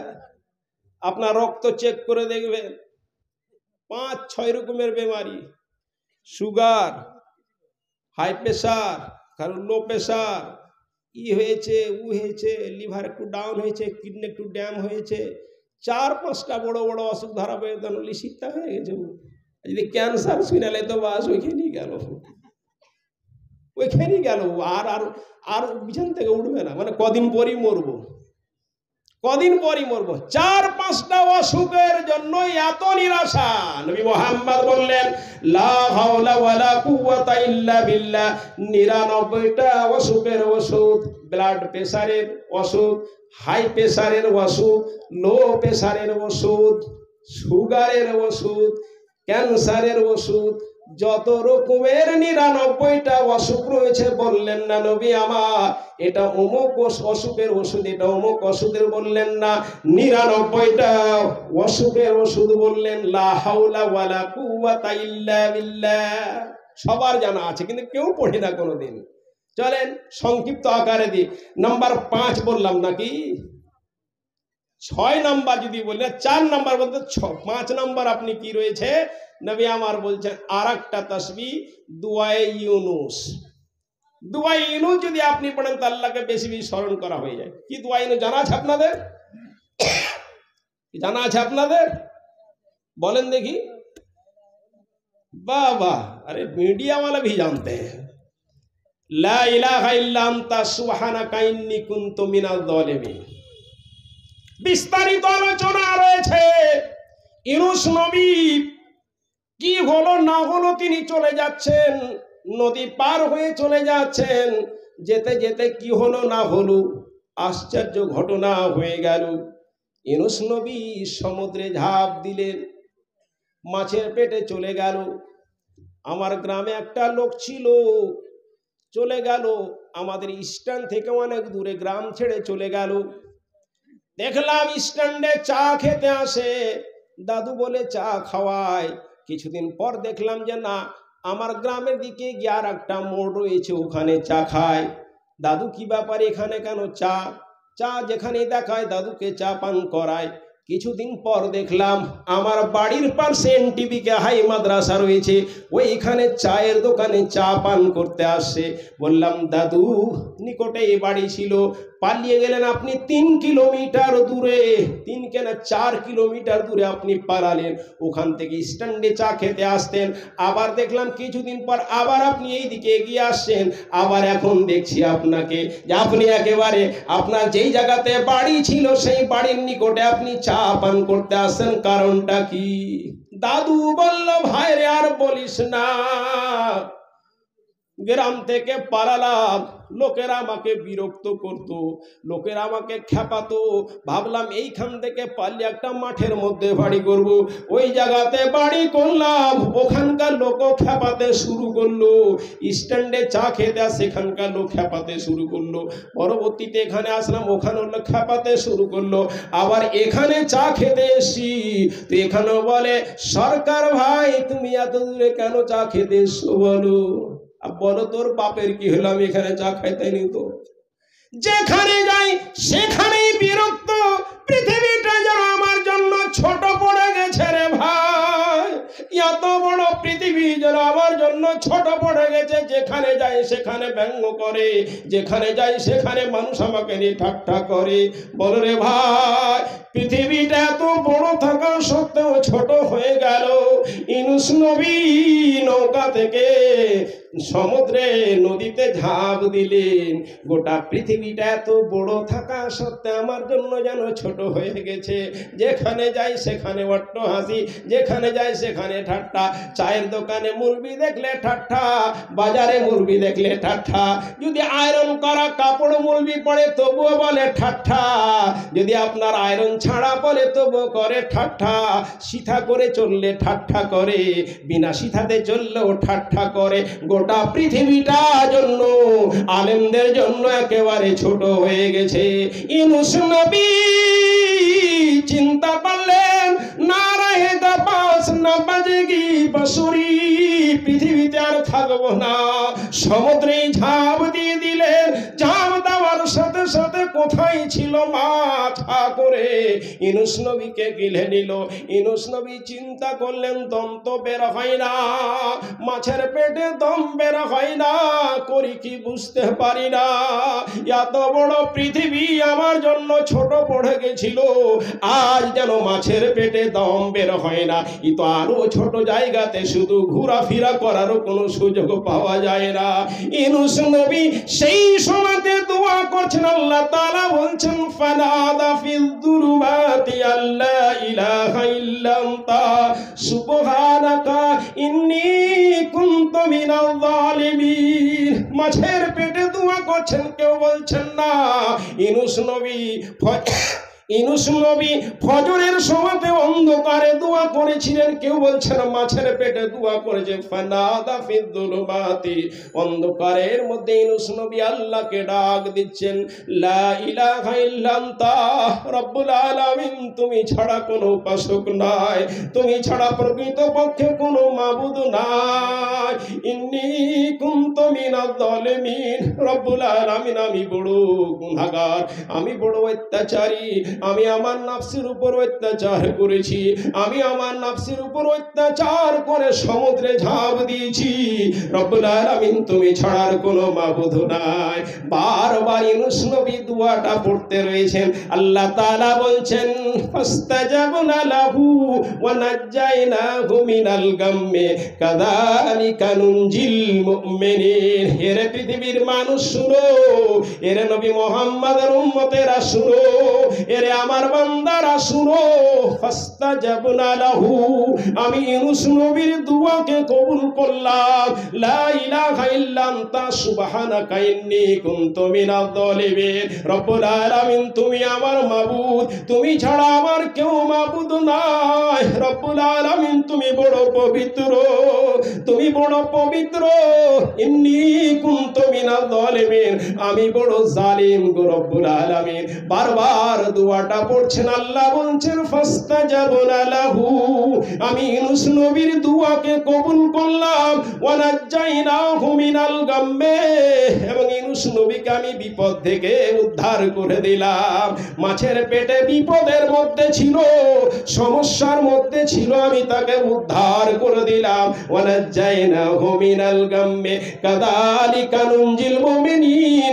এইভাবে মুমিন মানুষেরা যদি বিপদে পড়ে, এইভাবে মুমিন মানুষেরা যদি পেরেশানিতে পড়ে, এইভাবে মুমিন মানুষেরা যদি মুশকিলে পড়ে যায়, সমস্যায় পড়ে যায়, নুনজিল মুমিনিন, আমি এইভাবে মুমিন মানুষদের আমি নাজাত দিব, এইভাবে মুমিন মানুষদের বিপদ থেকে উদ্ধার করে নিব। এরে বাপু, সর্ব সময় পড়ো, বিপদ মাথার উপরে রয়েছে। বিপদ যে কত রকমের বিপদ রয়েছে কোনো হিসাব নয় রে বাপু। এই জন্য পড়ো লা ইলাহা ইল্লা আনতা সুবহানাকা ইন্নী কুনতু মিনাজ জালিমিন। আর একটা যদি আপনাকে বলি, সমস্ত দুয়ার নিচড় যদি আপনাকে বলি, আর একটা তাসবিহ রয়েছে, এটাও প্রত্যেকেরই জানা, সুবহানাল্লাহি ওয়ালহামদুলিল্লাহি ওয়ালা ইলাহা ইল্লাল্লাহু আল্লাহু আকবার। জানা আছে না প্রত্যেকেরই? কেউ কোনোদিন পড়ি না। নাই মুহাম্মদ বলছেন আহাব্বুল কালামি ইলাল্লাহি আরবা, আল্লাহ তাআলার নিকটে চারটা কালমা অত্যন্ত পছন্দনীয়। কি কি পছন্দনীয় নবী আমার বললেন? সুবহানাল্লাহি, আলহামদুলিল্লাহি। ওইখানে নবী আমার বলছেন আহাব্বুল কালামি ইলাল্লাহি আরবা, চারটা কালমা আল্লাহ তাআলার নিকটে অত্যন্ত প্রিয়। লা ইয়াদুররুকা, তোমাকে কোনো লোকসান হবে না, বেআইয়ুহা বাদাত, যেটা থেকে তুমি শুরু করবে কোনো লোকসান হবে না। আগে আর পিছে কি সুবহানাল্লাহ আগে বললাম, সুবহানাল্লাহি ওয়ালহামদুলিল্লাহি ওয়ালা ইলাহা ইল্লাল্লাহ ওয়াল্লাহু আকবার, চারটা কালমা আপনি যেটা দিয়ে শুরু করেন কোনো লোকসান হবে না, কোনো ক্ষতি হবে না। সুবহানাল্লাহ যদি আপনি না পড়ে প্রথমে বলেন আলহামদুলিল্লাহ, সুবহানাল্লাহ তার পড়েন, তার আগে যদি আপনি লা ইলাহা ইল্লাল্লাহ, তার আগে যদি আপনি আল্লাহু আকবার পড়েন, যেটা দিয়ে শুরু করবেন কোনো লোকসান হবে না, কোনো লোকসান হবে না। এই চার কালমা অত্যন্ত প্রিয়। কত প্রিয় আপনি জানেন। বুখারীর শেষ হাদিস, মুমতাজ আলী সাহেব আপনার অত্র এলাকার বুখারীর ওস্তাদ, উনি শেষ বহু জায়গাতে উনাকে নিয়ে বুখারী পড়ার জন্য। এইবার বুখারী তো পড়াই, কোনোদিন শেষ হাদিস কোথাও পড়াই দিয়ে পাইনি, এইবার একটা সুযোগও পেলাম। একজন হরিরামপুর থেকে বললো যে আপনাকে আমাদের বুখারীর শেষ হাদিস পড়াতে আসতে হবে। গেলাম, তো সেই দিন দেখলাম তার আমি এতদিন পর্যন্ত পড়িয়ে যাচ্ছি, কিন্তু অত খেয়াল করিনি, কিন্তু সে পড়তে পড়তে সুবহানাল্লাহ এত বরকত। নবী আমার বললেন শেষ হাদিস হযরত আবী হুরায়রা রাদিয়াল্লাহু তাআলা তিনি রওয়ায়াত করছেন, কালিমাতানে হাবিবাতানে ইলার রহমান খাফিফাতানে আলাল লিসান শাকিলাতানে ফিল মিজান সুবহানাল্লাহি ওয়া বিহামদিহি সুবহানাল্লাহিল আযীম। নবী মুহাম্মদ হযরত আবী হুরায়রা হাদিসটা বর্ণনা করছেন, নবী আমার বললেন কালিমাতানে দুটো বাক্য, হাবিবাতানে প্রিয়, ইলার রহমান আল্লাহ তাআলার নিকটে, দুটো বাক্য আল্লাহ তাআলার নিকটে অত্যন্ত প্রিয়, খাফিফাতান আলাল লিসান জবানে বলতে অত্যন্ত হালকা, এত হালকা দুটো শব্দ দুটো বাক্য বলতে, ওয়াসাকিলাতানে ফিল মিজান মিজানের পাল্লাতে সবচেয়ে ভারী, তারাজুতে সবচেয়ে ভারী। কিয়ামতের মাঠে হাইকোর্টের সুপ্রিম কোর্টের তারাজুর মতো তারাজু লটকা থাকবে রে বাপু, কেজি বাটখারা থাকবে না। একদিকে আপনার গুনাহ থাকবে, গুনাহ আপনার চাপা রয়েছে, আর একদিকে আপনার নেকি চাপানো হবে। নবী মুহাম্মদ কে আল্লাহ তাআলা জানিয়ে দিচ্ছেন, ফাম্মান সাকুলাত মাওয়াজিনুহু ফাহুয়া ফি শাতির রাদিয়া, যার নেকির পাল্লা ভারী হয়ে যাবে, ফাহুয়া ফি শাতির রাদিয়া, সে মন পছন্দ জান্নাতে যাবে। নেকির পাল্লা যখনই ভারী, মন পছন্দ জান্নাতে যাবে। বাবলু ভাইয়ের অনেকগুলি ঘর, যেখানে খুশি সেখানে ঘুমাতে যাও, মন পছন্দ জায়গাতে ঘুমাতে যাবে। নবী মুহাম্মদকে আল্লাহ তাআলা জানিয়ে দিলেন, ফাম্মা মান সাকুলাত মাওয়াজিনুহু, প্রত্যেকের আয়াত আপনাদের জানা রয়েছে, যার নেকির পাল্লা ভারী হয়ে যাবে, ফাহুয়া ফি শাতির রাদিয়া, সে মন পছন্দ জান্নাতের মধ্যে যাবে। ওয়া আম্মা মান খাফফাত মাওয়াজিনুহু, আর যদি নেকির পাল্লা হালকা হয়ে যায়, ফাহুয়া ফাউম্মুহু হাবিয়া, তাহলে আপনি হাবিয়া নামক জাহান্নামে যাবেন। হাবিয়া নামক জাহান্নামে যাবেন, অত্যন্ত ভয়াবহ জাহান্নাম, তার মধ্যে আপনি যাবেন। নবী মুহাম্মদ বললেন কালিমাতানে হাবিবাতানে ইলার রহমান, দুটো বাক্য আল্লাহ তাআলার নিকট অত্যন্ত প্রিয়, খাফিফাতানে আলাল লিসান, জবানে মুখে উচ্চারণ করতে অত্যন্ত হালকা, শাকিলাতানে ফিল মিজান, তারাজুর পাল্লাতে অত্যন্ত ভারী, তারাজুর পাল্লাতে অত্যন্ত ভারী।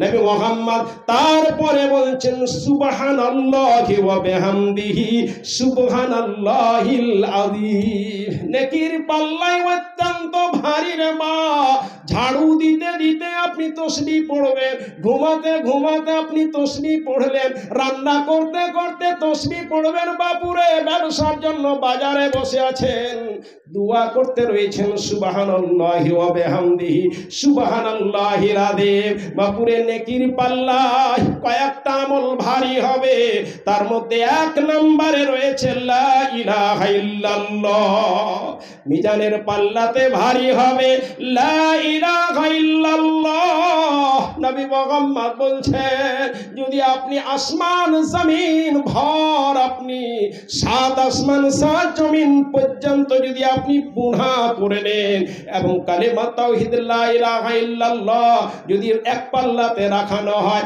আর এক পাল্লাতে সাত আসমান জমিনকে রাখানো হয়, লা ইলাহা ইল্লাল্লাহর পাল্লা ভারী হয়ে যাবে। মিজানের পাল্লাতে সবচেয়ে তাসবিহ পড়া ভালো। আজ আমরা কেউ তাসবিহ পড়ি না, যারা ভিক্ষা করতে আসে তারাও পূর্ণ পড়ে না, বলে লা ইলাহা ইল্লাল্লাহ ভিক্ষা দাও। এখন তো আগের যুগে লা ইলাহা ইল্লাল্লাহ ভিখারি তো পড়তো, এখনকার ভিখারি ডিজিটাল ভিখারি হয়ে গেছে। তারা মোটর সাইকেলে সাউন্ড বক্স লাগিয়ে দিয়েছে, আপনার ওয়াজ চলছে, নূর মোহাম্মদের ওয়াজ চলে, জনাব মাওলানা হাজ বদরুদ্দোজার ওয়াজ চলছে, আর ভিখারি ভিক্ষা চাইছে। আপনি টোটোতে দেখেন ভিখারি সাউন্ড বক্স বাজাচ্ছে, সাইকেলে ভিখারি সাউন্ড বক্স বাজাচ্ছে, বুটবুটিতে ভিখারি সাউন্ড বক্সে লা ইলাহা ইল্লাল্লাহ আগে যে বলতো ভিখারি তারাও ছেড়ে দিয়েছে। আমরা যে গোসলের সময়তে পুকুরে ডুব দিয়েছি, নদীতে লা ইলাহা ইল্লাল্লাহ বলে ডুব দিয়েছি, কারণটা বুঝতে পারতাম না, ভাবতাম যে এটা গোসল করার দুয়া নাকি রে আল্লাহ। কিন্তু ভাবতাম কেন এটা পড়তো, পুকুরে ডুব দিয়েছি, ডুব দিয়ে উঠবো কি উঠবো না, নদীতে ডুব দিয়েছি, ডুব দিয়ে উঠতে পারবো কি পারবো না। এই জন্য কালেমা তাওহীদ শেষ কালমা যেন হয়ে যায়। আমার মনে হয় এই জন্য মানুষেরা পড়তো লা ইলাহা ইল্লাল্লাহ। বাপুরে আজ আমাদের ছেলে মেয়ে লা ইলাহা ইল্লাল্লাহ পড়া ছেড়ে দিয়েছে। তাই তো কিছু মাসলাক যখন ছেলে মেয়ের বিয়ে দিচ্ছে তখন কালমাটা পড়িয়ে বিয়ে দিচ্ছে। হাদিসে আছে না আছে আলাদা কথা, কিন্তু তারা কমজ কম ওটা করাচ্ছে, আমি তাদের করাকে সাপোর্ট করি না। কিন্তু লা ইলাহা ইল্লাল্লাহ একেবারে আমার মধ্য থেকে উঠে গেলে নবী আমার বললেন আফজালু যিকরে লা ইলাহা ইল্লাল্লাহ, জিকিরের মধ্যে সবচেয়ে উত্তম জিকির হচ্ছে লা ইলাহা ইল্লাল্লাহ। মিজানের পাল্লায় দ্বিতীয় নম্বরে যেটা ভারী হবে রে বাবু, সুবহানাল্লাহি ওয়ালহামদুলিল্লাহি ওয়া লা ইলাহা ইল্লাল্লাহ ওয়াল্লাহু আকবার। মিজানের পাল্লাতে সবচেয়ে ভারী হবে এই তাসবিহ, সবচেয়ে ভারী হবে। লাভ কি নবী আমার বললেন আত-তাহুরু শাতরুল ঈমান, পরিষ্কার পরিচ্ছন্নতা ইমানের অর্ধেক অংশ। এর বাদিয়া মুসলমান রাস্তা পরিষ্কার রাখো, বাড়ি ঘর পরিষ্কার রাখো, কাপড় পরিষ্কার রাখো, তোমার সব কিছু পরিষ্কার রাখো, মন পরিষ্কার রাখো, চুল পরিষ্কার রাখো, চেহারা পরিষ্কার রাখো। নবী আমার বললেন আত-তাহুরু শাতরুল ঈমান।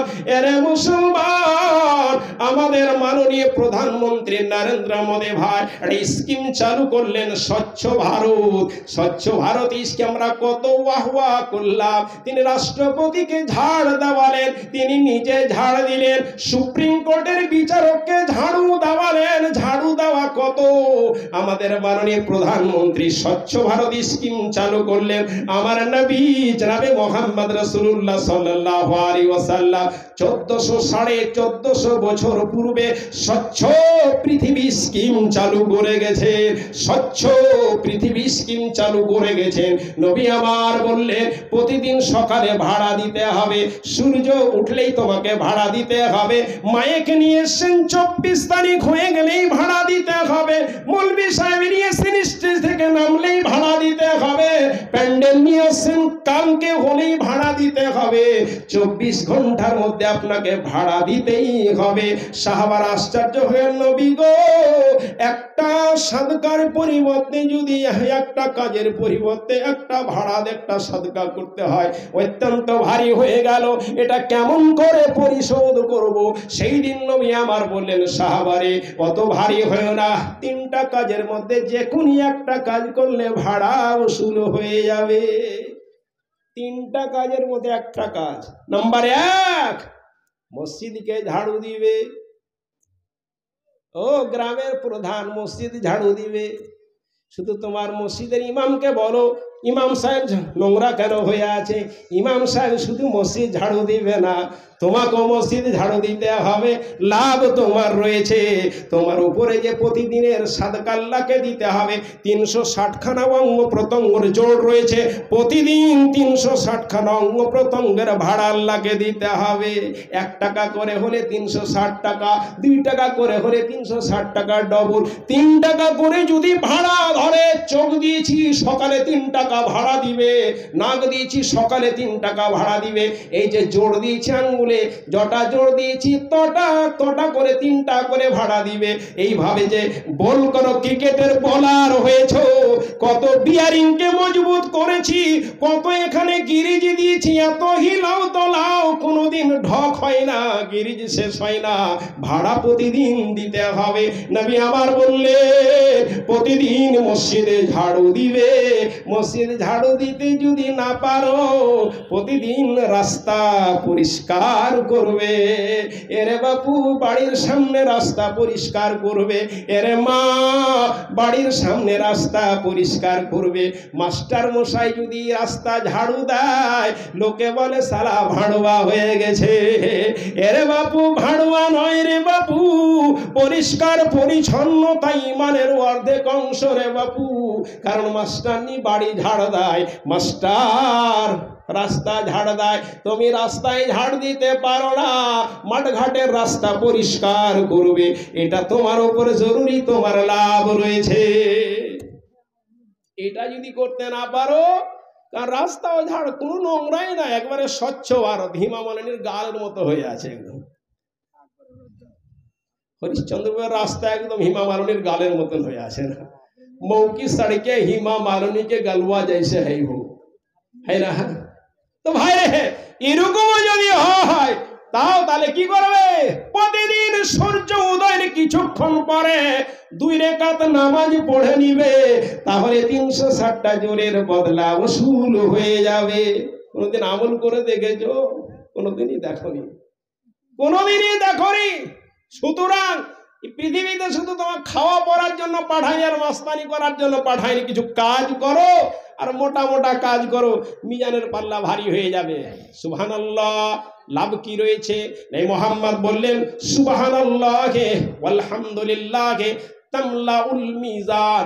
সুবহানাল্লাহ আলহামদুলিল্লাহ মিজানের পাল্লাকে পরিপূর্ণ করে দিবে, পরিপূর্ণ করে দিবে। অন্য রাওয়ায়াতে আবার বলানো হচ্ছে তামলাউ মা বাইনাস সামাওয়াতি ওয়াল আরদি, আসমান এবং জমিনের মধ্যে যতটুকু দূরত্ব রয়েছে সুবহানাল্লাহ আলহামদুলিল্লাহ আপনার পরিপূর্ণ করে দিবে। আর মিজানের পাল্লায় কি ভারী হবে? ধৈর্য, সবুর। সবুর বুঝেন তো? अरे उठते सुबह हाल कर है ए भाई उठी ना भाई ओ बेदर में जोश ना गान गो पेच्छाब लेगे तो जूता पेच्छाब करे देन वो जूता नहीं यार चल आस्ते এখন এই যে ভাই উঠিয়েন না। আরে এমন বক্তা ওয়াজ এত শুনতে মজা লাগে। নাদবি সাহেবের দিল চায়, আমার স্ত্রী বলে হ্যাঁ যে তোমার ওয়াজ তো শুনতে ভালো লাগে না, নাদবি সাহেবের যত ভালো লাগে। আল্লাহ ওকে দিয়ে দিয়েছে, ওরকম কি করবে? ওই কাঠখোট্টা ভাষা কহলেও ভালো লাগে, এই ভাষায় তাও ভালো লাগে, গাল দিলে তাও সেটা ভালো লাগে। আল্লাহ ওকে দিয়ে দিয়েছে এই গুণ আর কি। ভাই কিছুক্ষণের পরে উনি চলে না, চলে এসছেন জি, ওই এখনো আসেনি। উঠেন, আপনি কত নিন পারবেন ভাই আমার? নাইলে চালিয়ে দিয়েছি আমি গোটা, তো অসুবিধা নেই। তো ভাই আমার কি বলছিলাম, মিজানের পাল্লাতে 3 নম্বর যেটা ভারী সেটা কি জানেন তো? 3 নম্বর ভারী ধৈর্য। বিপদে ধৈর্য ধারণ করা। বিপদে ধৈর্য ধারণ যদি করো, মিজানের পাল্লা তোমার ভারী হয়ে যাবে। বিপদে ধৈর্য। কোন বিপদ? কত বড় বিপদ! আমার মনে হয় না যে এর চেয়ে কোনো বড় বিপদ হয়। ছেলে যদি মারা যায় তারপর ধৈর্য ধারণ করে নেওয়া। ছেলে যদি মারা যায় ধৈর্য ধারণ করে নেওয়া। আমার গ্রামে স্বামী আর স্ত্রী দুইজনে সাইকেলে করে সার নিয়ে যাচ্ছেন, ব্যারিজটা পার হচ্ছেন, ছেলে শুয়েছিল। স্বামী আর স্ত্রী সাইকেলে সার উঠাতে উঠাতে সাইকেল নিয়ে স্বামী বলল আমাকে একটু ধাক্কা দিয়ে দাও, ব্রিজটা উঁচু উঠতে পারবো কি পারবো না। এই করে ভাইরে আমার এইদিকে সাইকেল নিয়ে ঠেলতে ঠেলতে চলে যায়। আর ছোট বাচ্চা ঘুমন্ত অবস্থায় কোলে ছিল না, কোথায় ছিল, তাকে নেমে দিয়ে হয়তো পার করছিল। আর শুধু ব্রিজটা পার করে দিয়ে এইভাবে যাচ্ছে। আর ওই ছোট বাচ্চা ঘুমের তালে চলতে চলতে ব্রিজের কিনারায় পৌঁছে গেছে। সাথে সাথে মা দৌড়ে এসে ছেলেকে ধরার জন্য। ওই মুহূর্তে ছেলেটা ব্রিজের ওপর থেকে নিচে পড়ে গেল, স্পট ডেথ হয়ে গেল। একেবারে চোখের দেখা, মা এবং বাবার চোখের সামনে যেন বাচ্চা মারা গেল। আমার নবী জনাবে মুহাম্মদ রাসূলুল্লাহ সাল্লাল্লাহু আলাইহি ওয়াসাল্লাম বললেন, এই সন্তান যদি হারিয়ে যায়, এই সন্তান হারা বিপদে যদি কেউ ধৈর্য ধারণ করে, কিয়ামতের মাঠে মিজানের পাল্লাতে সবচেয়ে সেটা ভারী হবে। মিজানের পাল্লাতে সবচেয়ে সেটা ভারী হবে। আল্লাহ তাআলা বলছেন, ইয়া আইয়ুহাল্লাযীনা আমানু আস্তাঈনু বিস-সাবরি ওয়াস-সালাহ, ইয়া আমার বান্দারা যারা আমাকে বলে স্বীকার করেছো, তোমরা আমার নিকটে সাহায্য চাও ধৈর্যের মাধ্যমে এবং নামাজের মাধ্যমে। সাহায্য চাও ধৈর্য এবং নামাজের মধ্যে। ধৈর্য কখন? মামলা কইরা কইরা নিষিদ্ধ হয়ে গেল, 5 বিঘা জমি শেষ হয়ে গেল, আর কিচ্ছু নাই, চোখের পেস্টি লেগে গেছে, খুঁজে লেগে গেছে, কি করবো, ছেড়ে দেবো। ধৈর্য, আল্লাহ সবর দিবে, তখন আল্লাহ সবর দিবে। পাইলে না তখন সবর তুমি, এই সবর হয়। নবী বলছেন আস-সাবরু ইনদা সাদমাতিল উলা, বিপদের সাথে সাথে ধৈর্য ধারণ করা, একেই ধৈর্য বলে। বিপদের সাথে সাথে ধৈর্য ধারণ করা, বিপদ হয়ে গেল সাথে সাথে ধৈর্য ধারণ করলেন, একেই ধৈর্য বলানো হয়। না তো বাপ তো 4 বছর মারা হয়ে গেল, এখন ধৈর্য না কি ধরবে? ওই রকম করে যদি কাঁদে, একটা ছেলের বাপ মরে গেছে তো কাঁদছে, গ্রামবাসী কয়েছে, হারে ভাই কান্দিস না, তোর বাপ মরতে কি হলো, আমরা আছি। এটা ফের কোনো হাদিসে পাবেন না, ফের কোনো বিষয়ে হাদিস বলিয়েন না। আমি হাদিস করে নামাজ করি তো মধ্যে মধ্যে দিই আর কি, যে উঠেই চলে গেলে। পুরুষ মানুষও বুঝাচ্ছে, মেয়ে মানুষও বুঝাচ্ছে, কিছুদিন পর মা মরে গেল, ফের কাঁদছে। সবাই এসে বুঝাচ্ছে, মা, মেয়ে ছেলে বলছে কাঁদিও না, কাঁদছো কেন বাবু, আমরা আছি, তোমার মা মরতে কি হলো, আমরা আছি। কিছুদিন পর বলে আমার স্ত্রী মরে গেছে, কেন্দে চুরিয়েছে, কেন্দে চুরিয়েছে। কেউ কহে না যে কেন কাঁদছিস রে বাবু, কেন কাঁদছিস রে ভাই, ওরা তোর স্ত্রী মরতে গেলে আমরা আছি, এ কথাটা কেউ কহে না। একজন বলছে, হাবে এত কাঁদছিস কেন, মরে গেল তো। আবে বাপ মরলো তাও মানুষ বুঝাইতে এসছে, মা মরে যায় তাও বুঝাইতে, আর স্ত্রী কেউ বুঝাইতে আসে না। হারে পাট বঙ্গা, তোর স্ত্রী মরে গেছে, কোনো পেট জানাইতে কহে কেন কাঁদছো, আমরা আছি, তো এটা আলাদা হয়ে যাবে না, এটা আলাদা হবে কি হবে না। ভাইরে আমার, বিপদে ধৈর্য ধারণ করা কিয়ামতের মাঠে, বিপদে যদি ধৈর্য ধারণ করো মিজানের পাল্লাই সবচেয়ে ভারী হবে। 5 নম্বরে ভারী, নবী আমার বললেন সুবহানাল্লাহি ওয়াল হামদুলিল্লাহি ওয়া লা ইলাহা ইল্লাল্লাহু আল্লাহু আকবার। এই তাসবিহ মিজানের পাল্লাতে সবচেয়ে বড় ভারী হবে, মিজানের পাল্লাতে সবচেয়ে বড় ভারী হবে। কথা বলছিলাম বাপুরে, ইবাদতের জন্য আপনাকে তৈরি করানো হয়েছে। তাসবিহ পড়ুন, দোয়া পড়ুন, আজকার করুন, জিকির আজকার করুন, আপনার ইবাদত হয়ে যাবে। ইবাদতের মধ্যে দিয়ে আল্লাহ স্মরণ, এই সমস্ত নিচের গুলো পড়লে আপনার হয়ে যায়। নাম্বার এক এক করে আপনাকে বলে গেলাম, শেষ কথাটা আপনাকে বলে দিচ্ছি বাপুরে, ইবাদতটা আপনাকে করাই লাগবে, ইবাদত আপনাকে করতেই হবে। তবে বড় ইবাদত আপনার নিকটে আরো কিছু আছে। নবী মুহাম্মদ সাল্লাল্লাহু আলাইহি ওয়াসাল্লামের সাহাবী হযরত আবু হুরায়রা রাদিয়াল্লাহু তাআলা আনহু, তিনি বলছেন, আমি এবং নবী একসাথে চলছি, আমি এবং নবী একসাথে যাচ্ছি। হঠাৎ নবী আমার বললেন, মাইয়া খোদান নিহাদিহিল কালেমাত, কে এমন আছো আমার কাছ থেকে কিছু কথা নিবে, ফাই ইয়ামালো বিহিন্না, সেই কথাগুলোর প্রতি কাজ করবে, ওয়া ইউআল্লিমান নাসা, মানুষকে সেই কথাগুলো শিখাবে, ফায়ামালো বিহিন্না, মানুষেরা সেই কথাগুলোর প্রতি কাজ করবে। কে এমন আছো? আবু হুরায়রা বলছেন, ব্যাপারটা বুঝতে পারলাম না, নবীর সাথে আমি ছাড়া তো কেউ না, কিন্তু নবী কেন এইভাবে কথা বলছেন? হযরত আবু হুরায়রা বলছেন, আনা ইয়া রাসূলুল্লাহ, নবী গো আপনি বলুন, আপনার কথাগুলো আমি নিব, আপনার কথাগুলোর প্রতি আমি আমল করব, আপনার কথাগুলো আমি মানুষকে শিখাবো, মানুষ সেই কথাগুলোর প্রতি আমল করবে। হযরত আবু হুরায়রা বলছেন, ফাখাদা বিয়াদাইয়া, নবী আমার হাতখানাকে ধরলেন, ওয়াদ্দা খামসান, নবী আমাকে 5টা জিনিস শিক্ষা দিলেন, নবী আমাকে 5টা জিনিস শিক্ষা দিলেন। নাম্বার 1, নবী আমার বলছেন, ইত্তাকিল মাহারিমা, হারাম থেকে বাঁচো, তাকুনা বাদান নাস, সবচেয়ে বড় ইবাদত হবে হারাম থেকে বাঁচো, সব থেকে বড় ইবাদত হবে নামাজ পড়লে গুনাহ মাফ হয়, ইবাদত ইবাদত করলে গুনাহ মাফ হয়, বিভিন্ন ইবাদতের মধ্যে তারাজুর মিজানে আপনার পাল্লা ভারী হবে, বিভিন্ন দুয়ার মাধ্যমে আপনার আল্লাহ তাআলাকে স্মরণ করা হবে। মুহাম্মদ বললেন ইত্তাকিল মাহারিমা, হারাম থেকে বাঁচো। নামাজ পড়ে কাজ হবে না, রোজা রেখে কাজ হবে না যদি হারাম থেকে না বাঁচো, কারণ হারাম থেকে বাঁচা সবচেয়ে বড় ইবাদতকারী হয়ে যাবে। ছেলের বিয়ে দিয়েছো, ডিমের নিয়েছো, হারাম কামাই, ওষুধ মেরে খেয়েছো, হারাম কামাই, যাকাত দাওনি, হারাম কামাই, কত রকমের হারাম ভিতরে রয়েছো, ভাইয়ের জমি দেবে খেয়েছো, হারাম কামাই, কত রকমের কাজ করে রেখেছো, হারাম কামাই। নবী মুহাম্মদ ইত্তাকিল মাহারিমা, হারাম থেকে বাঁচো, তাকুনা বাদান্নাস, সবচেয়ে বড় ইবাদতকারী হয়ে যাবে।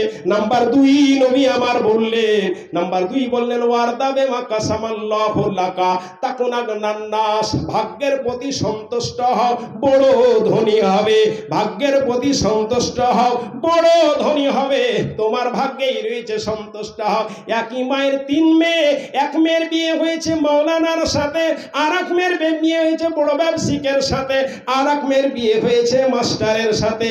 মাস্টার 90,000 টাকা বেতন পায়, ব্যবসায়িক দিনে 1000 2000 করে কামাই করে, মৌলভী সাহেব 5000 টাকা করে বেতন পায়। মৌলভী সাহেবের স্ত্রী তার বাপকে বলে, আব্বা আমার এক বোনের বিয়ে দিয়েছো মাস্টারের সাথে, 90,000 করে মাস কামাই করে, আর আমার বিয়েতে মৌলভী সাহেবের সাথে 5000 টাকা কামাই করে। এরে সমাজের মানুষ, মৌলভীদের বেতন বাড়াও, না হলে কিয়ামতের মাঠেও তোমাকে জবাব দিতে হবে।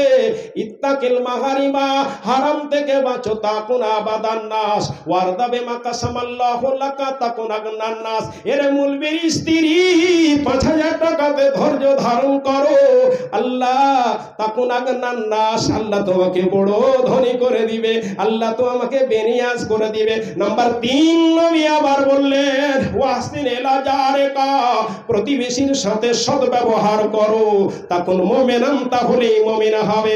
পাড়া প্রতিবেশীর সাথে সদ্ব্যবহার করো। বিস্তারিত আলোচনা রয়েছে প্রতিবেশীর সাথে সদ্ব্যবহার।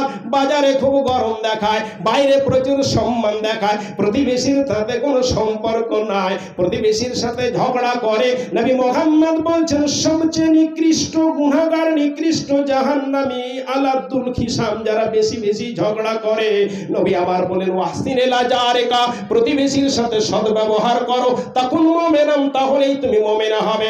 নাম্বার 4 নবী আমার বললেন ওয়াহাব্বা লিন্নাসে মা তুহিব্বু লিনাফসিকা, নিজের জন্য যেটা ভালোবাসো মানুষের জন্য সেটাই ভালোবাসো, তাকুন মুসলিমান, তাহলেই মুসলমান হবে। নিজের জন্য যেটা ভালোবাসো, মৌলভী সাহেবের জন্য সেটাই ভালোবাসো, নিজের জন্য যেটা ভালোবাসো পরিবারের জন্য সেটাই ভালোবাসো, নিজের জন্য যেটা ভালোবাসো বৌমার জন্য সেটাই ভালোবাসো, নিজের জন্য যা ভালোবাসো শাশুড়িমার জন্য সেটাই ভালোবাসো, নিজের জন্য যা ভালোবাসো বোনের জন্য সেটাই ভালোবাসো।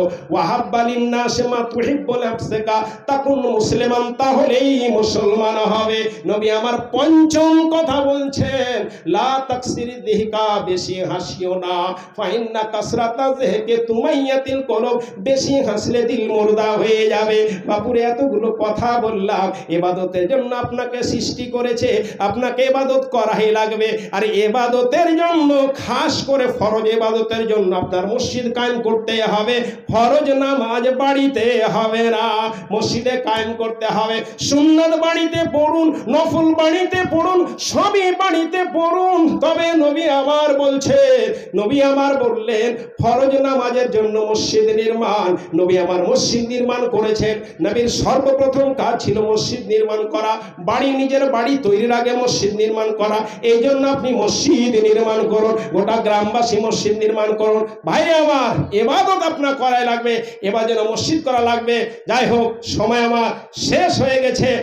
আশা করি আপনারা আল্লাহর ইবাদত বুঝতে পেরেছেন, ইবাদত করবেন, নিচড় দোয়াগুলো আপনারা পাঠ করবেন, আল্লাহর ইবাদত বান্দেগিতে মগ্ন থাকবেন। আল্লাহ তাআলা আমার আপনার জন্য জান্নাত তৈরি করেছে, আমাকে আপনাকে ইনশাআল্লাহ আল্লাহ তাআলা জান্নাত দিবে। আল্লাহ নিকটে দোয়া করে রব্বুল আলামিন তুমি আমাদেরকে তোমার ইবাদত বান্দেগি করা তুমি তৌফিক দান করো। আমিন। আসসালামু আলাইকুম ওয়া রাহমাতুল্লাহি ওয়া বারাকাতুহু।